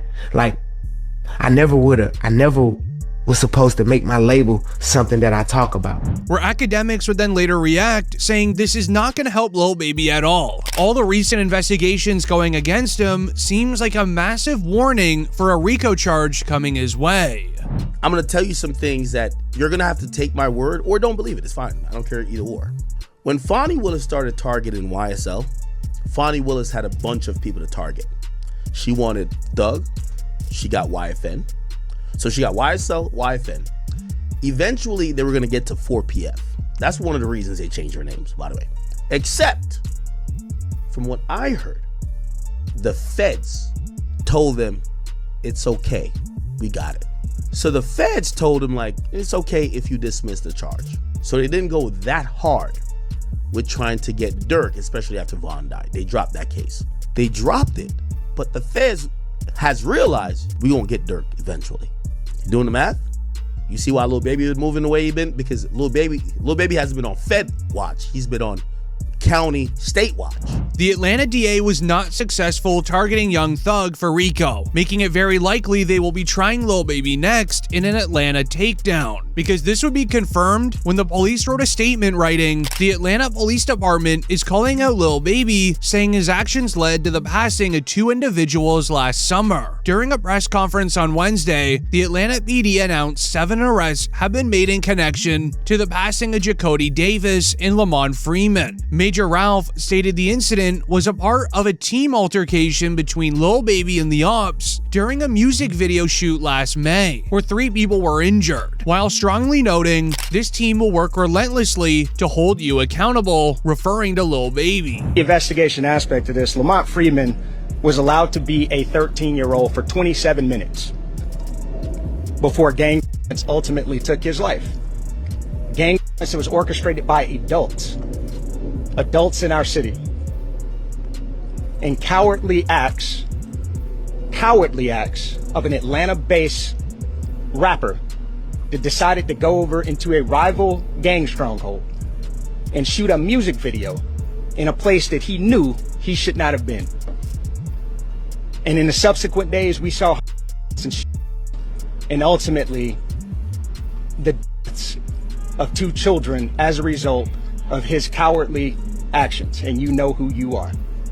And I tell you that this team will work relentlessly to hold you and the persons that you are affiliated with responsible for those actions. This all began when Lil Baby was recording a music video on an ops block outside of a taco stand. There was a lady featured on the news who played a major role in the crime even taking place. Between the bullets, it was nothing but pop, pop, pop, pop. At least 25 fired. Yeah, it was terrible. It was just a concert. I was waiting for Lil Baby to come buy my tacos up. That same lady featured on the news ended up telling the ops Lil Baby was there accidentally, posting to her Facebook that Lil Baby's at her taco shop 3 cars deep recording a music video, being extremely excited there's a huge profile celebrity at her taco stand. Where y'all at? We over here kicking it. We got Lil Baby shooting a video around here. You know how we do it at Slapping Taco. Baby, there he go, there he go. Y'all see him? He came to get him some tacos, baby. Y'all better pull up, cause you already know how we doing this Slapping Tacos, baby. According to the police, the ops weren't even aware Lil Baby was there filming. It was the Facebook video that got the attention of them, making them pull out with firearms and clearing the scene. But what's concerning is the feds are blaming Lil Baby. As the feds made it clear with Lil Baby, they have been investigating him now for several years, such as the one random night where Lil Baby would be arrested for carrying a concealed firearm. The news wrote, Lil Baby was arrested Monday night for carrying a concealed firearm without a permit, and he was sent to the Clark County Detention Center where he was held on a $5,000 bail. I need 20 bands. Call the number for me. Hey, security, the black guy. Call the number for me. They locking me up for a gun, but I got license. Security, I give you 200 bands a year. I swear to God, security. Security, I give you 200 bands a year. You don't make 200 bands here. Hey, lady, my check leave at 9:10. Nah, check me good. I got a in my nuts. Check me good. You on the counter? I got a in my nuts. Check me good. I got a. Alright, y'all let me in that car. Shoot myself in the head. Y'all fired. Then only 2 weeks after that, Lil Baby was pulled over and arrested for an illegal window tint, with the official body cam footage being released to the public. Huh? Man, you know why I pull you over? These windows, they tinted. You can't see nothing out. I'm a celebrity, man. Nobody can't see me. Give me my ticket. Let me ride. I don't know what celebrity you are. It don't matter. They give me my ticket. Let me ride. I can't have nobody seeing me right here. I'm gonna let my window up. Oh, yeah, you good, but you can't have that tinted window, man. All right, they give me the ticket. Have a good day, man. Now, who are you? You say you, My name Lil Baby. Okay, I just need you to sign right here, okay? You got a pen? 827. You don't be want to have these. You gotta have tickets, man. Now these folks crazy. I take a ticket, then somebody follow me home. Put a 32.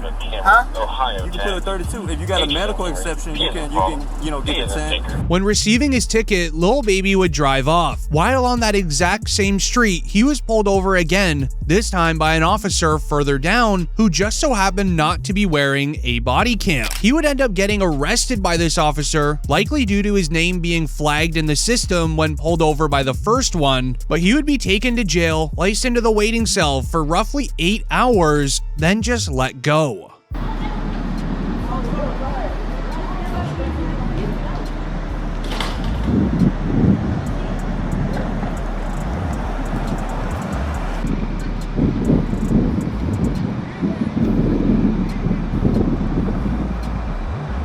Meanwhile, the artist who committed the worst crime in recent time was David, who has now just been named the #1 suspect in the case, who is now looking at life in prison. This is big because it was always a question of whether or not they were really investigating him and gathering evidence regarding a charge. Hey guys, I know I haven't posted on this account in a little minutes, but David has officially been named and charged in the Celeste case as a suspect for M after his best friend and secret lover Neo snitched on him. Neo just wrote on Instagram, "Thankfully I'm legally fine in every way, and boy do I got all of my receipts for things," which resulted in the news of investigation by the state of California against target David Burke, where the target may be involved in having committed the following offenses, 1 count of M. That there is now pending in the Superior Court of the County of Los Angeles the above entitled grand jury investigation by the state of California against target David Burke, wherein target may be involved in having committed the following criminal offenses against the laws of the state of California, to wit, 1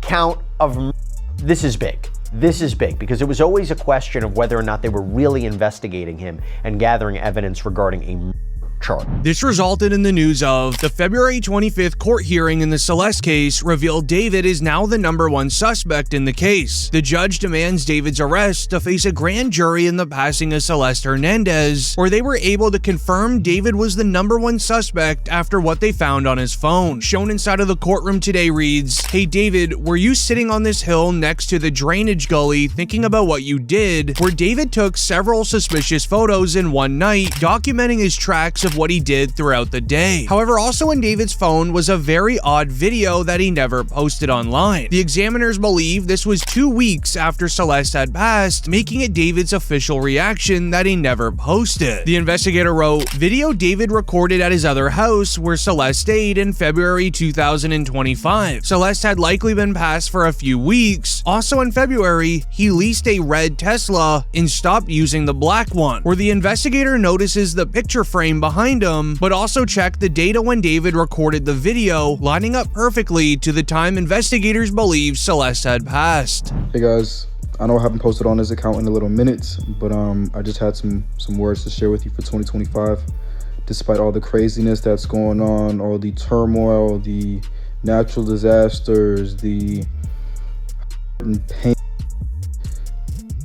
and things like that this year, I just wanted to tell you guys not to be discouraged and not to lose hope and not to turn your face from God in these times of evil. And then it seems like just at the start of the year, it's literally January and all this stuff is happening. It's like the most insane, it's February now, but it's the most insane start to a year that I've ever seen. But God has not given us a spirit of fear, but of power and love and a sound mind. So keep that sound mind, 2025. Stay prayed up. Where David randomly mentions all of the passings that have been happening in his life, where investigators would then look into his family history, noticing there was no family members or any close friends that had passed around the time that he took the video, suggesting that he's hinting towards Celeste. However, it gets even worse from David from here. At the court hearing, it read, "David's family has now been summoned to testify as a witness before a grand jury in the passing of Celeste Rivas. This happened because only 48 hours prior, David's Tesla was set to go to auction due to him not picking up the car at the impound lot, but right before it was about to get transported, he would pick up the Tesla." Let me read you what Steve recently posted on X, okay? David's Tesla, the vehicle in which Celeste Rivas Hernandez was found, was held by LAPD for only 48 hours to process evidence. After that, it was returned to the impound lot for David to retrieve, which he had not done until today. The Tesla was scheduled to go to auction tomorrow morning at 9 a.m., and I had planned to attend and inspect it. However, in the final hours before auction, David, or someone with power of attorney acting on his behalf, picked it up. When I checked last week, the storage fees were approximately $10,500, as the vehicle had been released and available for pickup since September 10th, before Celeste had been identified.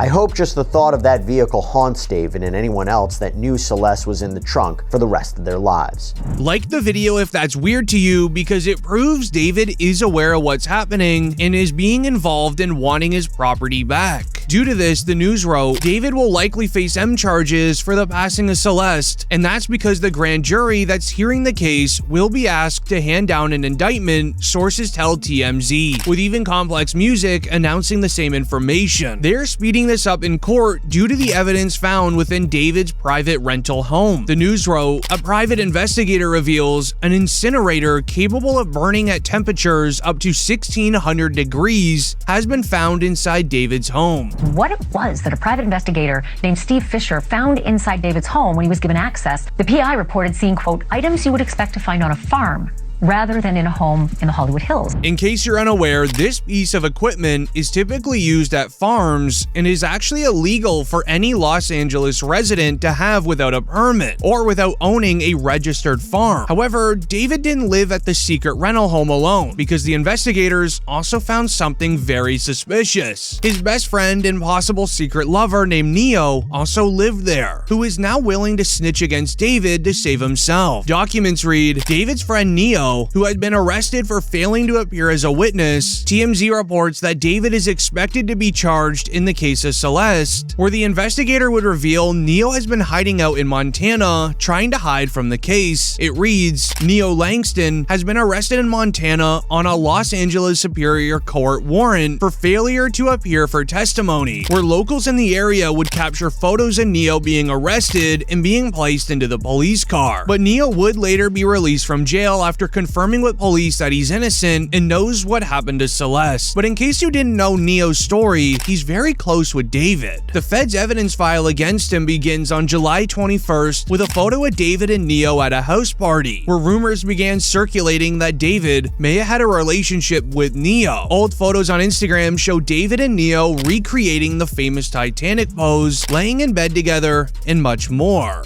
You know who that person is, and do you believe that is the person that moved the Tesla? So I believe I definitely know who moved that Tesla on that late July before they went on tour.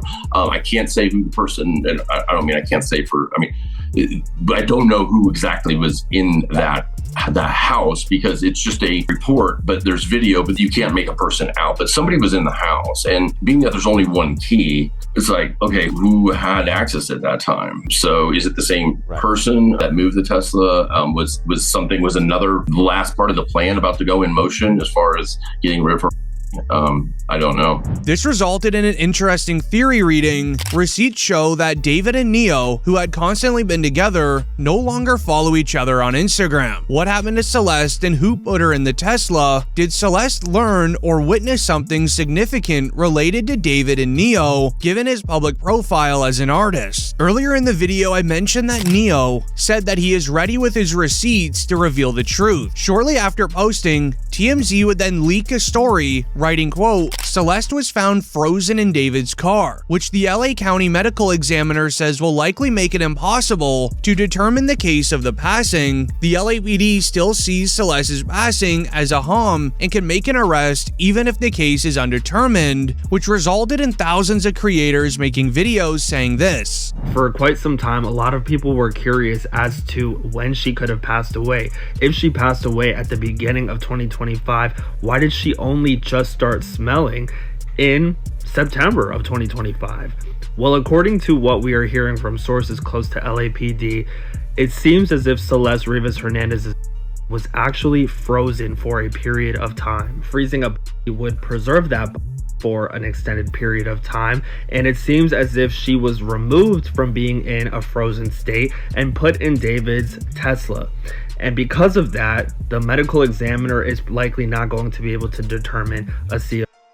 These type of reactions would end up going viral online, making some believe that Neo was spreading this information to get the attention off of his name. But the following day later, the news would read, on the night of December 30th through the morning of December 31st, David and Celeste were together in downtown Los Angeles, where several photos were taken in public, alongside several weird photos in David's camera roll, where the LAPD are curious if this weird shed could have been where the crime occurred. But this is such an interesting photo for someone to have, which could have been shared in David's inner circle, likely shared by Neo to the public. This would end up being shared inside of the courtroom, so they would do a further investigation through David's iPhone, where they would then find the last photo ever taken of Celeste. It reads, quote, 1 year ago today, January 2nd, 2025, is the date of the last known photo my investigation has uncovered Celeste. It is important to emphasize that law enforcement investigators have access to more extensive resources and may very well have images or evidence from this date. According to the image's metadata, the photo was taken at 5 p.m. on January 2nd, 2025, showing Celeste in a designer rip style hoodie, but this is where it gets very odd. A viral reply read, I saw this on Reddit, is the hoodie circled not the one Celeste is wearing in that picture, showing the same hoodie on the floor inside of David's own room in a selfie that he took. During the police's investigation, they also allegedly found this sweater that Celeste was wearing on live stream with David.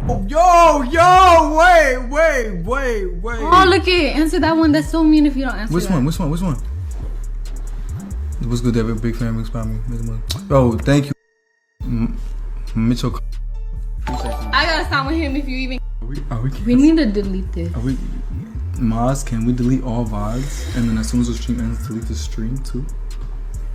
With all of these new findings against David, the police wanted to make a move on him to know his whereabouts. It reads, too many coincidences, the strange timeline surrounding David and Celeste. On September 18th, David transferred his Texas homes into his mom's name, the same day that Celeste was identified and found in his Tesla. Just a day earlier, the LAPD executed a search warrant at his Hollywood Hills rental, and on that same day, a police call falsely reported an incident that somebody passed at one of his homes. When the police arrived, they were met by David's parents, who said that his younger brother and sister were upstairs. While some believe that David's family home was swatted by a false call, others believe this was LAPD's way of checking to see if David was hiding out at his parents' home. No, out of all times for this to happen, as discovered in his car, after she's been identified, for there to be a potential swatting incident where somebody calls 911 with a fake allegation, a fake crime for their property, out of all people, out of all times, it's weird. Well, it's weird, but it doesn't necessarily surprise me because this case has taken on national significance in terms of people paying attention to it. And there are bad actors that understand how to bring somebody by way of swatting. So somebody called the 911 system down there. They found the address online and were basically made up a story for the cops to go there. And then they went in, and fortunately the police were very professional and they were able to immediately understand that it was a swatting incident and it wasn't a legitimate call. It would make a lot of sense if the police used a creative tactic to see if they could find David at his parents' home, because as of right now, nobody knows where David is. Do you have any indication about where David is right now? I don't. I have no idea. And it's kind of bizarre because his group has stayed so silent, what's left of his group, I guess. And I'm not even sure the conversations that the owner did have with his management in breaking that lease. I'm not even 100% sure his management knows at this time where he's at. I think his attorney might be the only one, and his parents. Comment down below where you think David is, because the only thing he has done so far into the public was hire a new legal firm in trying to transfer assets from out of his name. A lawyer would further explain what he was trying to do. You know, transferring these assets in the middle of an investigation, as opposed to 2 years ago or a year ago. Right. Could a court look at this and say, this was a deliberate attempt to, what you say, concealing assets, and they could breach it, they could pierce it, they could say, even though that you've transferred this into your mother's name, that was invalid. This is a way for, let's say, a plaintiff who sues him, or let's say in a criminal judgment to pay that fine. Can a court look at that and say, even though you transferred it, it's still open season on those properties? Yeah, this is what's so puzzling about this. It is a very basic premise of law throughout the country that you can't transfer assets after the event happens that would otherwise trigger collecting on those assets. So we have rules in different states. Sometimes they're called fraudulent transfers, sometimes they're called fraudulent conveyances. There's a lot of different names for them, but the crux of it is you cannot transfer assets. However, Kodak Black is about to go to trial for his court case, with the details of his case being unbelievable. From 2014 to 2020, Kodak Black carried the rap industry while being most people's favorite rapper. But now in 2026, this was him on Instagram Live. Big gangs. But what is that? Gangster on the sweetheart.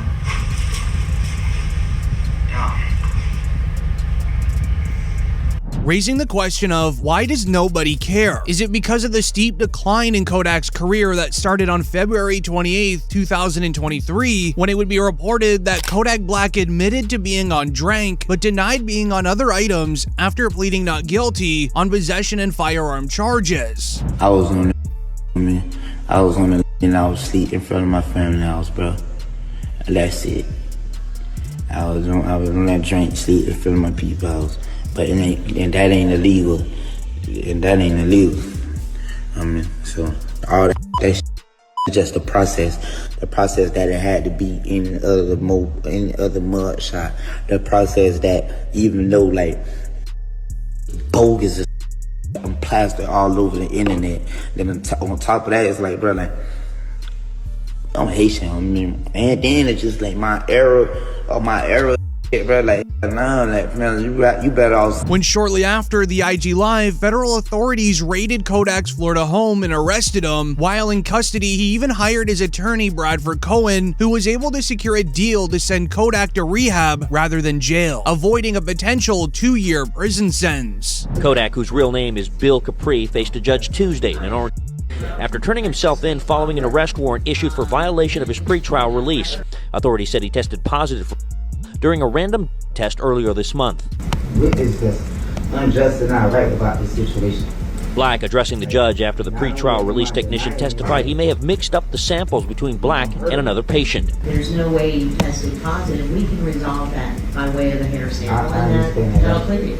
Judge Barbara Duffy then asking for a hair sample today to clear up the alleged mix-up, which Black refused, rather choosing to check into the Legacy Rehabilitation Facility for 30 days as part of his pretrial release. Where Kodak would go to rehab for over a year, many forgetting about the once biggest rapper in the industry, but once getting released from rehab, he would return to music with his song Walk. This accumulated 33 million views, and it marked a massive comeback for Kodak Black. As his visibility increased, concerns then soon followed, where he appeared on a Kai Cenat live stream displaying behavior that alarmed viewers, including heavy sweating, weird movements, and a lot of yelling. You can't always say it, but at times when it feel good, that's when you say it sometimes. Yeah.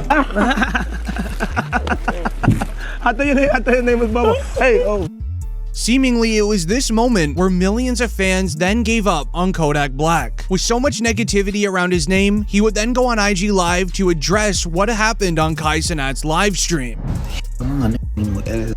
Say y'all people that who be on that, y'all be on all type, y'all be on say all type of stupid. But I take you one and y'all be so hurt.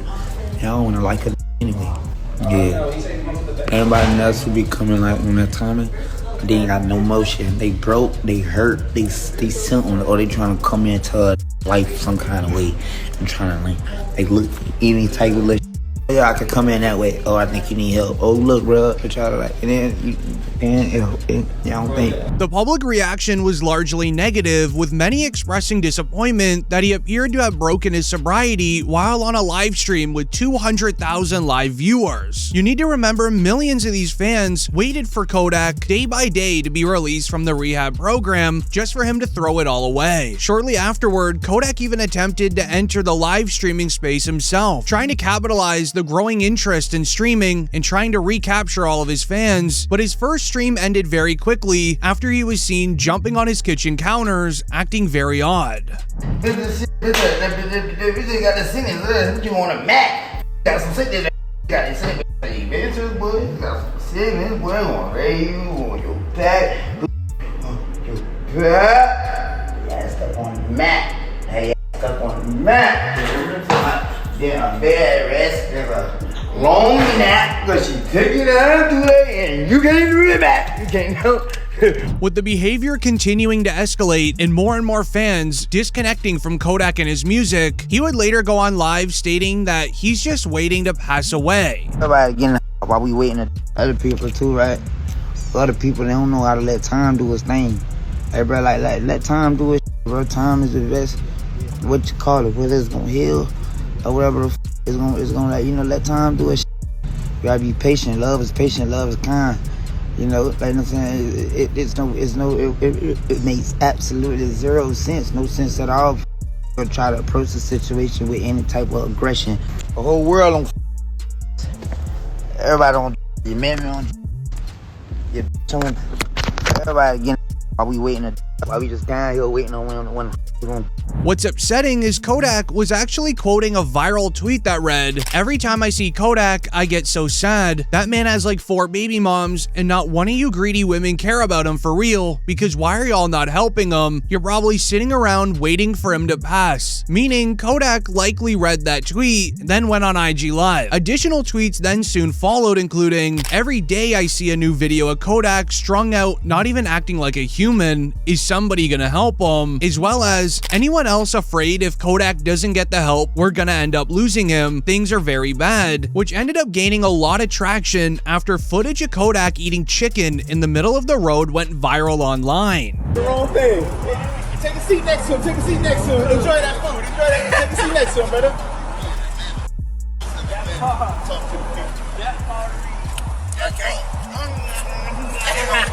hold on, I want to be part of bro, I want to join that, bro. I want to be down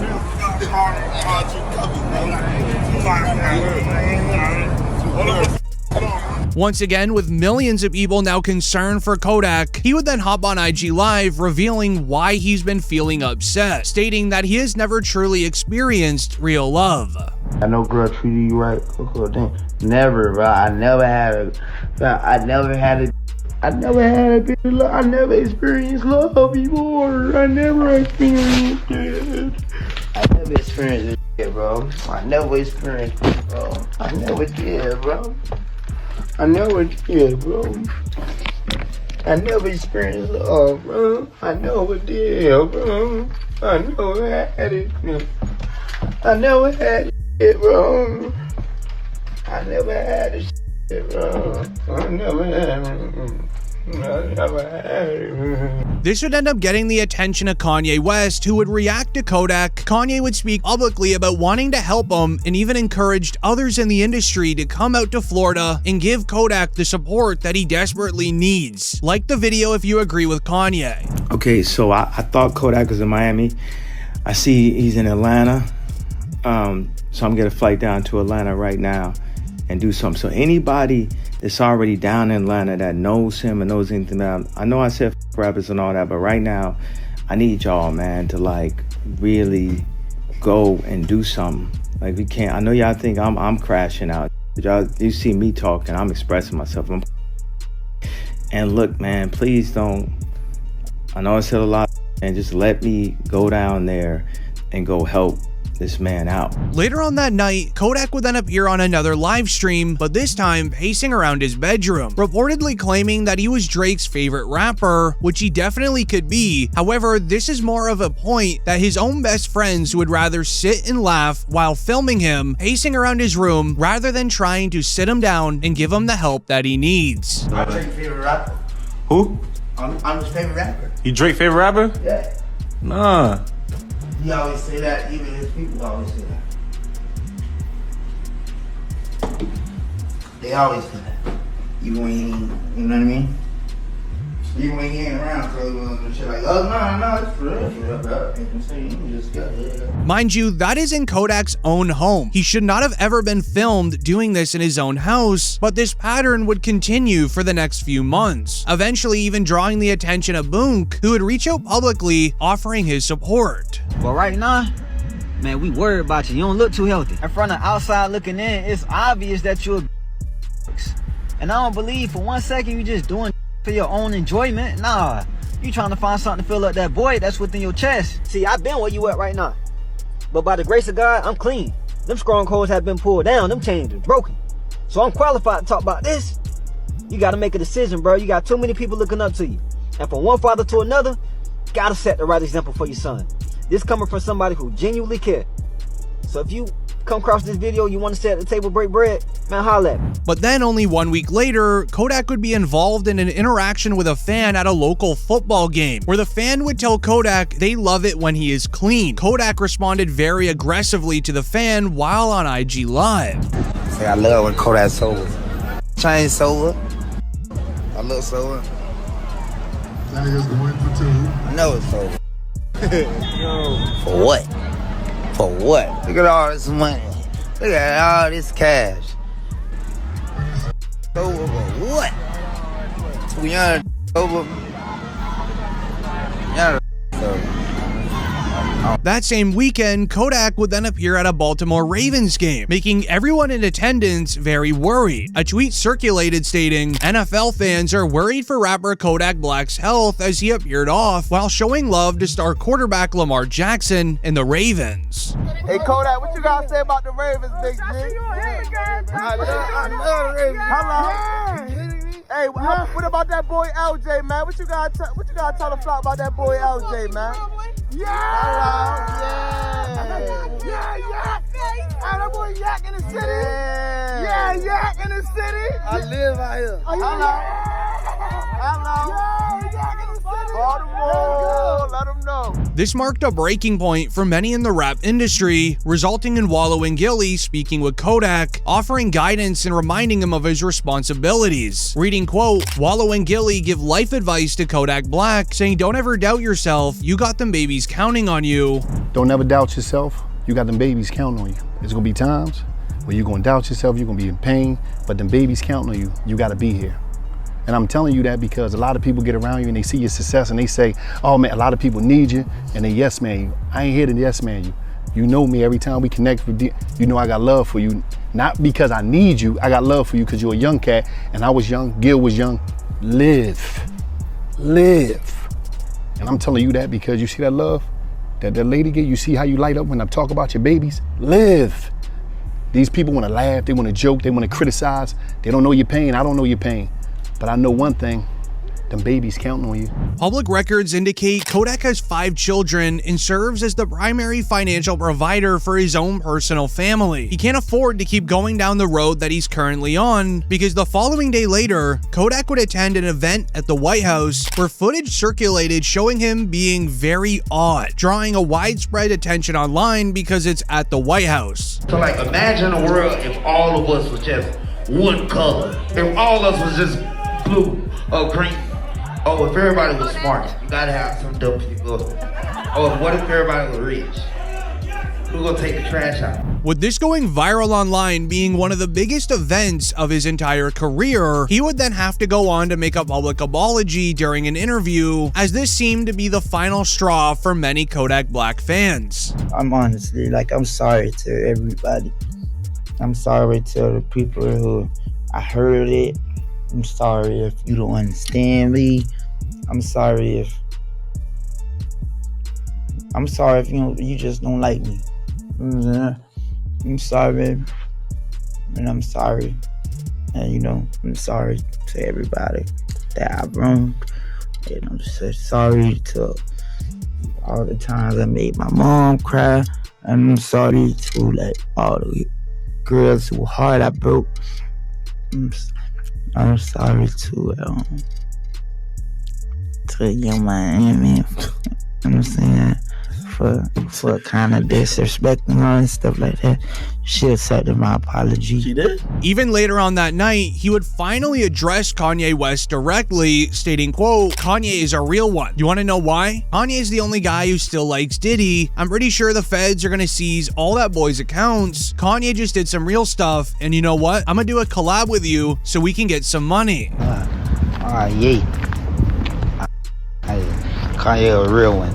You know why you a real one? Cause I'm some whole kind of Kanye the only tell Diddy, cause he know he ain't a lot of the other look at me. I'm clean, yeah. And why Kanye While that situation is extremely concerning, his legal troubles is also a massive problem. News outlets later reported that Florida rapper Kodak was scheduled to face court hearings related to trafficking and possession charges, where the news wrote, chatter inside the courtroom between prosecutors and law officials make it sound like Kodak isn't being given another chance. It's time to face a sentence, but for how long? But it's what Kodak did before that court hearing that broke the internet, where he appeared to go on Instagram Live discussing his use of a specific substance, referencing the same product that they would make on the television series Breaking Bad. That must be off today because he eating good. What you mean? You mean as in I must be off it, or I must not be on it? What you trying to say? Whoever the his name, Mellow Fellow. You don't know me. I eat good. I eat good every day, all day, yeah, man. High or not, yeah. I'm being a. You hit him talking. I tried it though. You said key. I don't for real. But I'm gonna tell you how to say it right now. Man, everybody be on. It's nothing. You feel me? That's why I said that. That's why I had said that, you feel me? However, the overall court hearings for this case has been hard on Kodak, so much so that after one court day, he later went on TikTok Live showing his true emotions. Yes, I like that.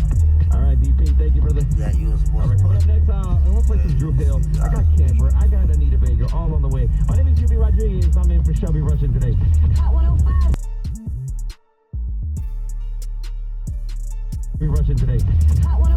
This would end up getting the attention of Boosie, who'd react to Kodak's case, revealing if he does go to prison, he's gonna have an extremely hard time on the inside, and something concerning might even happen to him because he worked with 6ix9ine. You know, Kodak done been in jail, bro, so that was a detrimental move to him, bro. Like 6ix9ine, I'm gonna tell you this, Vlad, and I'm pretty sure 6ix9ine knows this too. 6ix9ine is the most hated person in prison. Really? You hear 6ix9ine name damn near every other day. When people looking at their case, this motherfucker 6ix9ine. Like he is hated, he's hated. He's hated, bro. What Kodak did, he's gonna have to stand on that. He better stay out of, I got 9 calls from the feds, from the state, everything. Like, Boost, is it true? I know people are, bro,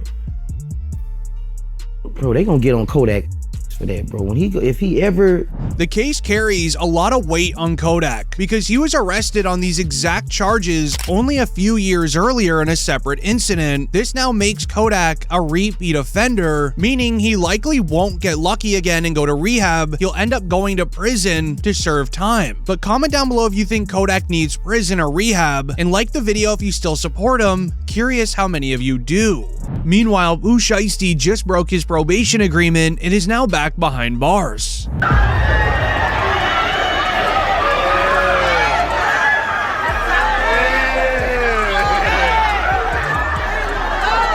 After footage of Pooh Shiesty's goons targeting NBA YoungBoy after a concert went viral, the two would then have a back and forth while on IG Live. I'm on these tapes, like, who gives a... That's what you been waiting on. Well, all this, what you like, we really live this we talk about, you hear me? We really live this stupid ass. You stupid or what? Go look at our video. Cuz see you the last one standing. Like I said, cuz. The following morning, a random inmate who was jailed with Pooh Shiesty tried to expose him, with many believing YoungBoy paid him as revenge for what Shiesty did to him. It reads, quote, Memphis man claims Pooh Shiesty wasn't standing on business while in prison, alleging that inmates made him stand up to eat. Jig got the call, man, so when the feds, man, apparently non-affiliate or whatever, man, you know, any it is not gang related at all. Running up under no car, gotta stand up while they eating. Hey man, you was in that mother standing up while you were eating. When they bump down on you, they ask you, is you under the 5 or is you a rapper? You said a rapper. I got facts about these, man. Hey man, I'm on this, man. You know what I'm talking about, man? Cause why, hold on, man. You ain't stand up? You ain't sit down?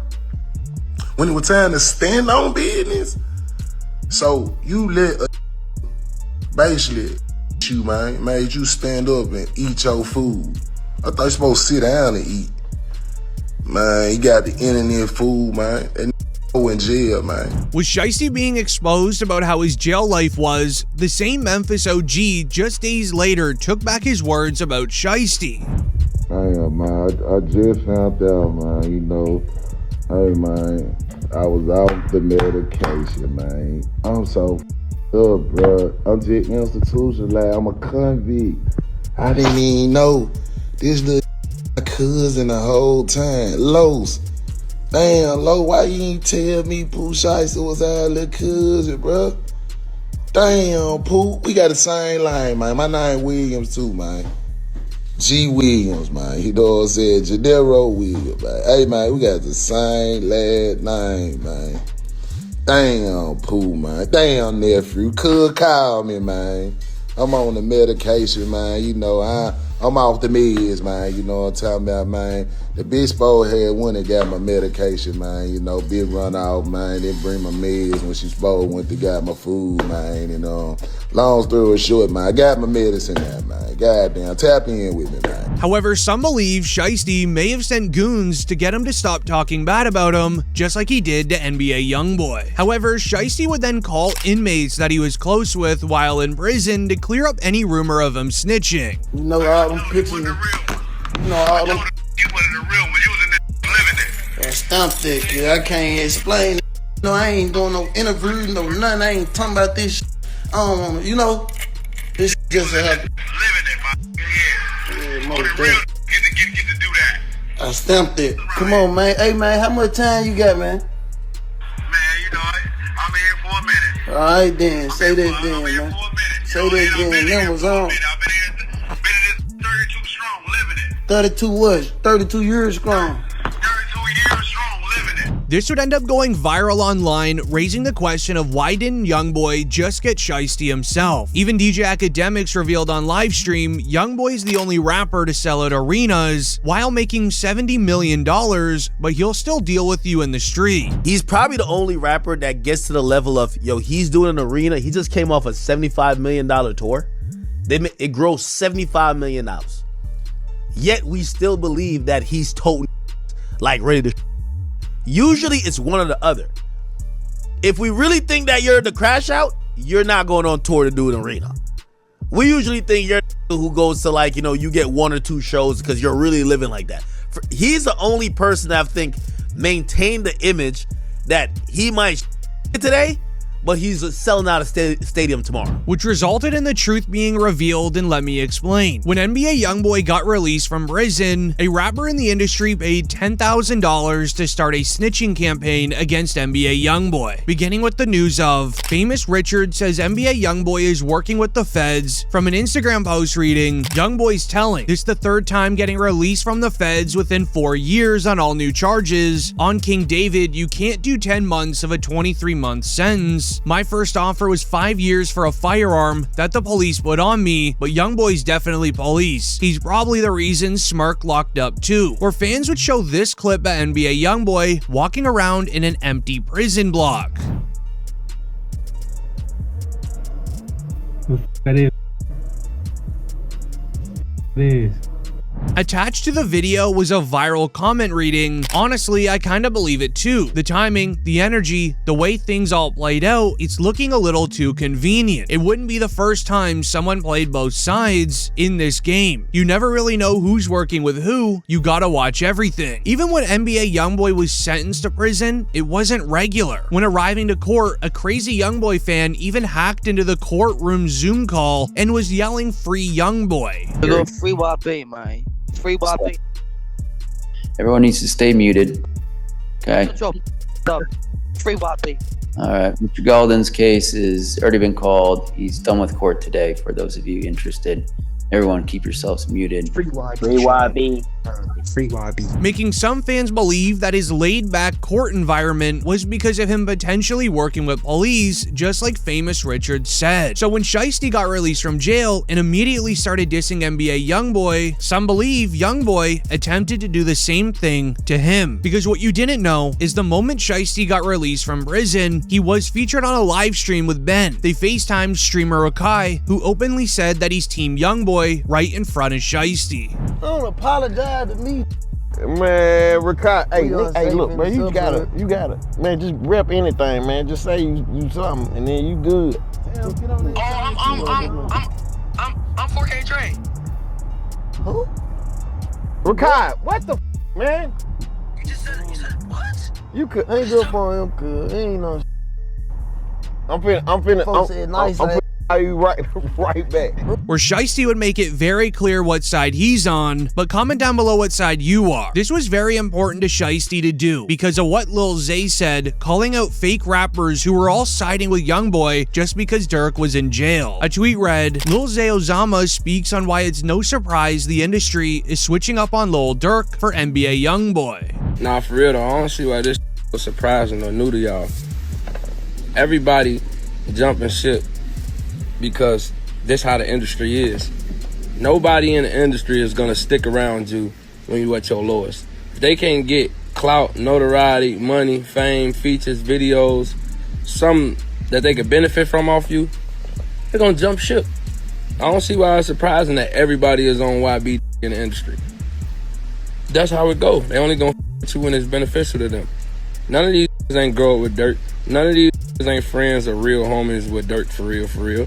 You know what I'm saying? Or they would never change, or they would never jump ship. Cause where we from, if you f*** with me, my ops is your ops is mine. Some people don't look at it like that. Some people look at it like I f*** with both parties, I ain't got nothing to do with it. And look, you not wrong for that. You know what I'm saying? Like I said, shout out to the that still done stayed down for Durk, his real family and friends, you feel? Where hundreds of OTF mutuals would then tweet out saying, if you're rocking with what Youngboy did, then stay on that side when Durk gets out of jail. But during that same live stream, Shiesty was not having it even when a girl said she didn't know who Durk or OTF was. Was that my jerk? Oh. Lil Durk. JCV Films with that fire gift, bro. I appreciate you. OTF. What you talking about? Why you say it like that for? Come on, get your picture, man, before you get up. Oh, wait, my phone. Strange picture. Oh, that's going crazy. I think we ain't heard right there. Yeah. Oh, okay, that's the wrong one. Wrong with her, Chaz. He talking about who again? This Lil Durk. However, this would bring up a very important question of why is Shiesty defending Lil Durk so much? And the truth is, it's because everyone has left him. Even Durk's team wrote on his IG story for him, crazy how you gotta wait until it's dark to see who's really with you, as Lil Durk feels alone. Even DJ Academics explained how all rappers left his side. I wouldn't be surprised if some of the went on tour with, did songs with, called you they brother, they twin. I wouldn't be surprised if these rappers try to f India. These are down low and dirty. And I think this is what, I think Durk right now is thinking that, man, I thought I was just with a whole bunch of real. No, you weren't. No, you weren't. And I feel bad for Durk. When King Slime got locked up, there was a whole parade. Free him! Free him! Free him! Oh, nah. Everybody would post details of the case. How is this humane? How could they do this? Yo, free not smart. No, free Slime. Durk got locked up. They might give that half a bar. Free Smirk. And they moved the. I'll give credit. I have heard some of these guys have sent lawyers. Good for that. But Smirk is in there, man, realizing the world don't stop spinning because you locked up. Due to everyone leaving his side, Academics would even go further, explaining that once he does get out of jail, he's not going to be the same rapper that you all love. Let me tell y'all, the Durk y'all loved when he was free, if he gets back out again, he'll never be that Durk. I'm going to tell you why. He done learned a lot of lessons. This is me assuming. Nothing he's told me. But the things that he did for others, y'all know when he came on my podcast, right? And he said, man, yo, Gunna's a snitch. I can't f Gunna. Man, f that. I don't care. I love Thug. He said that because Thug told him. Yo, what Durk is realizing, Durk is a great soldier, but nobody looked at him like a leader. Durk was willing to move on behalf of the people he's loyal to when they get locked up. When he locked up, they might drop him as a bar in a song, but due to this, Shiesty felt the need to stand up for one of his best friends in the industry, while everyone left for NBA Youngboy just to keep their own rap career alive. So I'm in the dressing room, and we just talking about a bunch of. He's also telling me, and I will never say who. He's telling me all the rappers who was now hitting him up, and he kind of asked me, he's like, act. So what you think, man? Because I think he's thinking like, yo, should he forgive some of these? Like, but all these rappers on it. You know what I mean? Like, they're all like, yo, young boy, we love you, right? And I gave him the best advice, I think. I said, I didn't want to impart my thoughts on it because I don't know fully what he's been through and what he's thought. Because, he was down where nobody would upon him. So I said, whatever your heart feels about any of these or kind of doubling back or not want to do whatever, go with that. Which then resulted in the unthinkable. NLE Choppa would end up trying to go at NBA Youngboy for Lil Durk, and it resulted in literally nothing. Academics even said, if NLE Choppa wants to be taken serious by dissing NBA Youngboy, he needs to make an anthem. Yo, NLE Choppa, bro. No more breakdancing, no more belly rolling and like that, gyrating. if you making a diss song at Kentrell Deshaun Golden, you gotta make some anthem with like some military tanks. That's how he's coming. Tell you. Which even left rappers saying NLE just needs to stop what he's doing. If anything, it's embarrassing Lil Durk. Like the video if you agree. Everybody see Young Boy ain't mess with nobody. The boy doing his thing, standing his own lane. And this, yeah, I love it. I love it. I can feel him every time he drop a song. But NLE Chopper, instead of him doing his own thing, he said, you know what? I'm gonna attack this man. I'm gonna mess with him. That's how poor in the street think. Instead of just letting me continue to move with my life, cause I ain't messing with nobody. I ain't out here trying to portray a street image or nothing like that. I'm just. Which resulted in one fan replying, are we just going to ignore how every rapper left Durk's side since being locked up, and the only rapper defending Durk still has the entire industry going against him? It cannot be a coincidence, because the moment Shiesty got revenge against NBA Youngboy after a concert would expose him for snitching to be out of jail early. Wack 100 would expose Shiesty in his new song FDO being all of a lie. It was announced, Wack 100 claims Shiesty is not solid and he told to get out early. So what? You trying to say that Big Bird ain't solid? And throughout the day, as you see, look, you see what they've been sending me. You see that throughout the day they sending me this. But they sending the documents, the PDF, the paperwork, they circling, telling me what they see. You see it, bro. Like, you look, you see it. Yo, what? These rappers gotta hate you, bro. I ain't gonna lie. They hate me too, but they gotta hate you differently. Like, I mean, bro, listen. This ain't even my. I mean, listen. But at the end of the day, come tomorrow on the other side of the clubhouse, they're gonna pull me in that room, and they're gonna present this. I gotta hear what they interference, like kind of what you try to do with Thug. Run a little bit of interference. He's exposing this because of Shiesty's jail life being released, where he was exposed for playing Fortnite Mobile for most of his sentence. Salute to Pooh Shiesty, who looked like he's absolutely chilling in jail. My boy got a little Richard Melly, you know what I mean? Got the haircut all right, you know what I mean? They be playing Fortnite Mobile in jail. Oh, he got the Timbs on. They look fresh as well. Yo, this. So chilling in prison, he got 2 watches. Like, you know what I mean?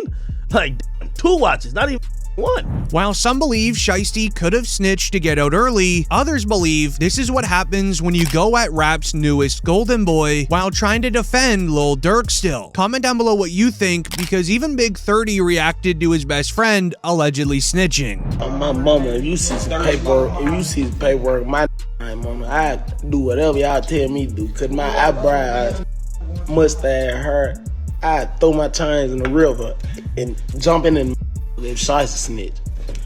Go home, take one to the. I ain't got no rat.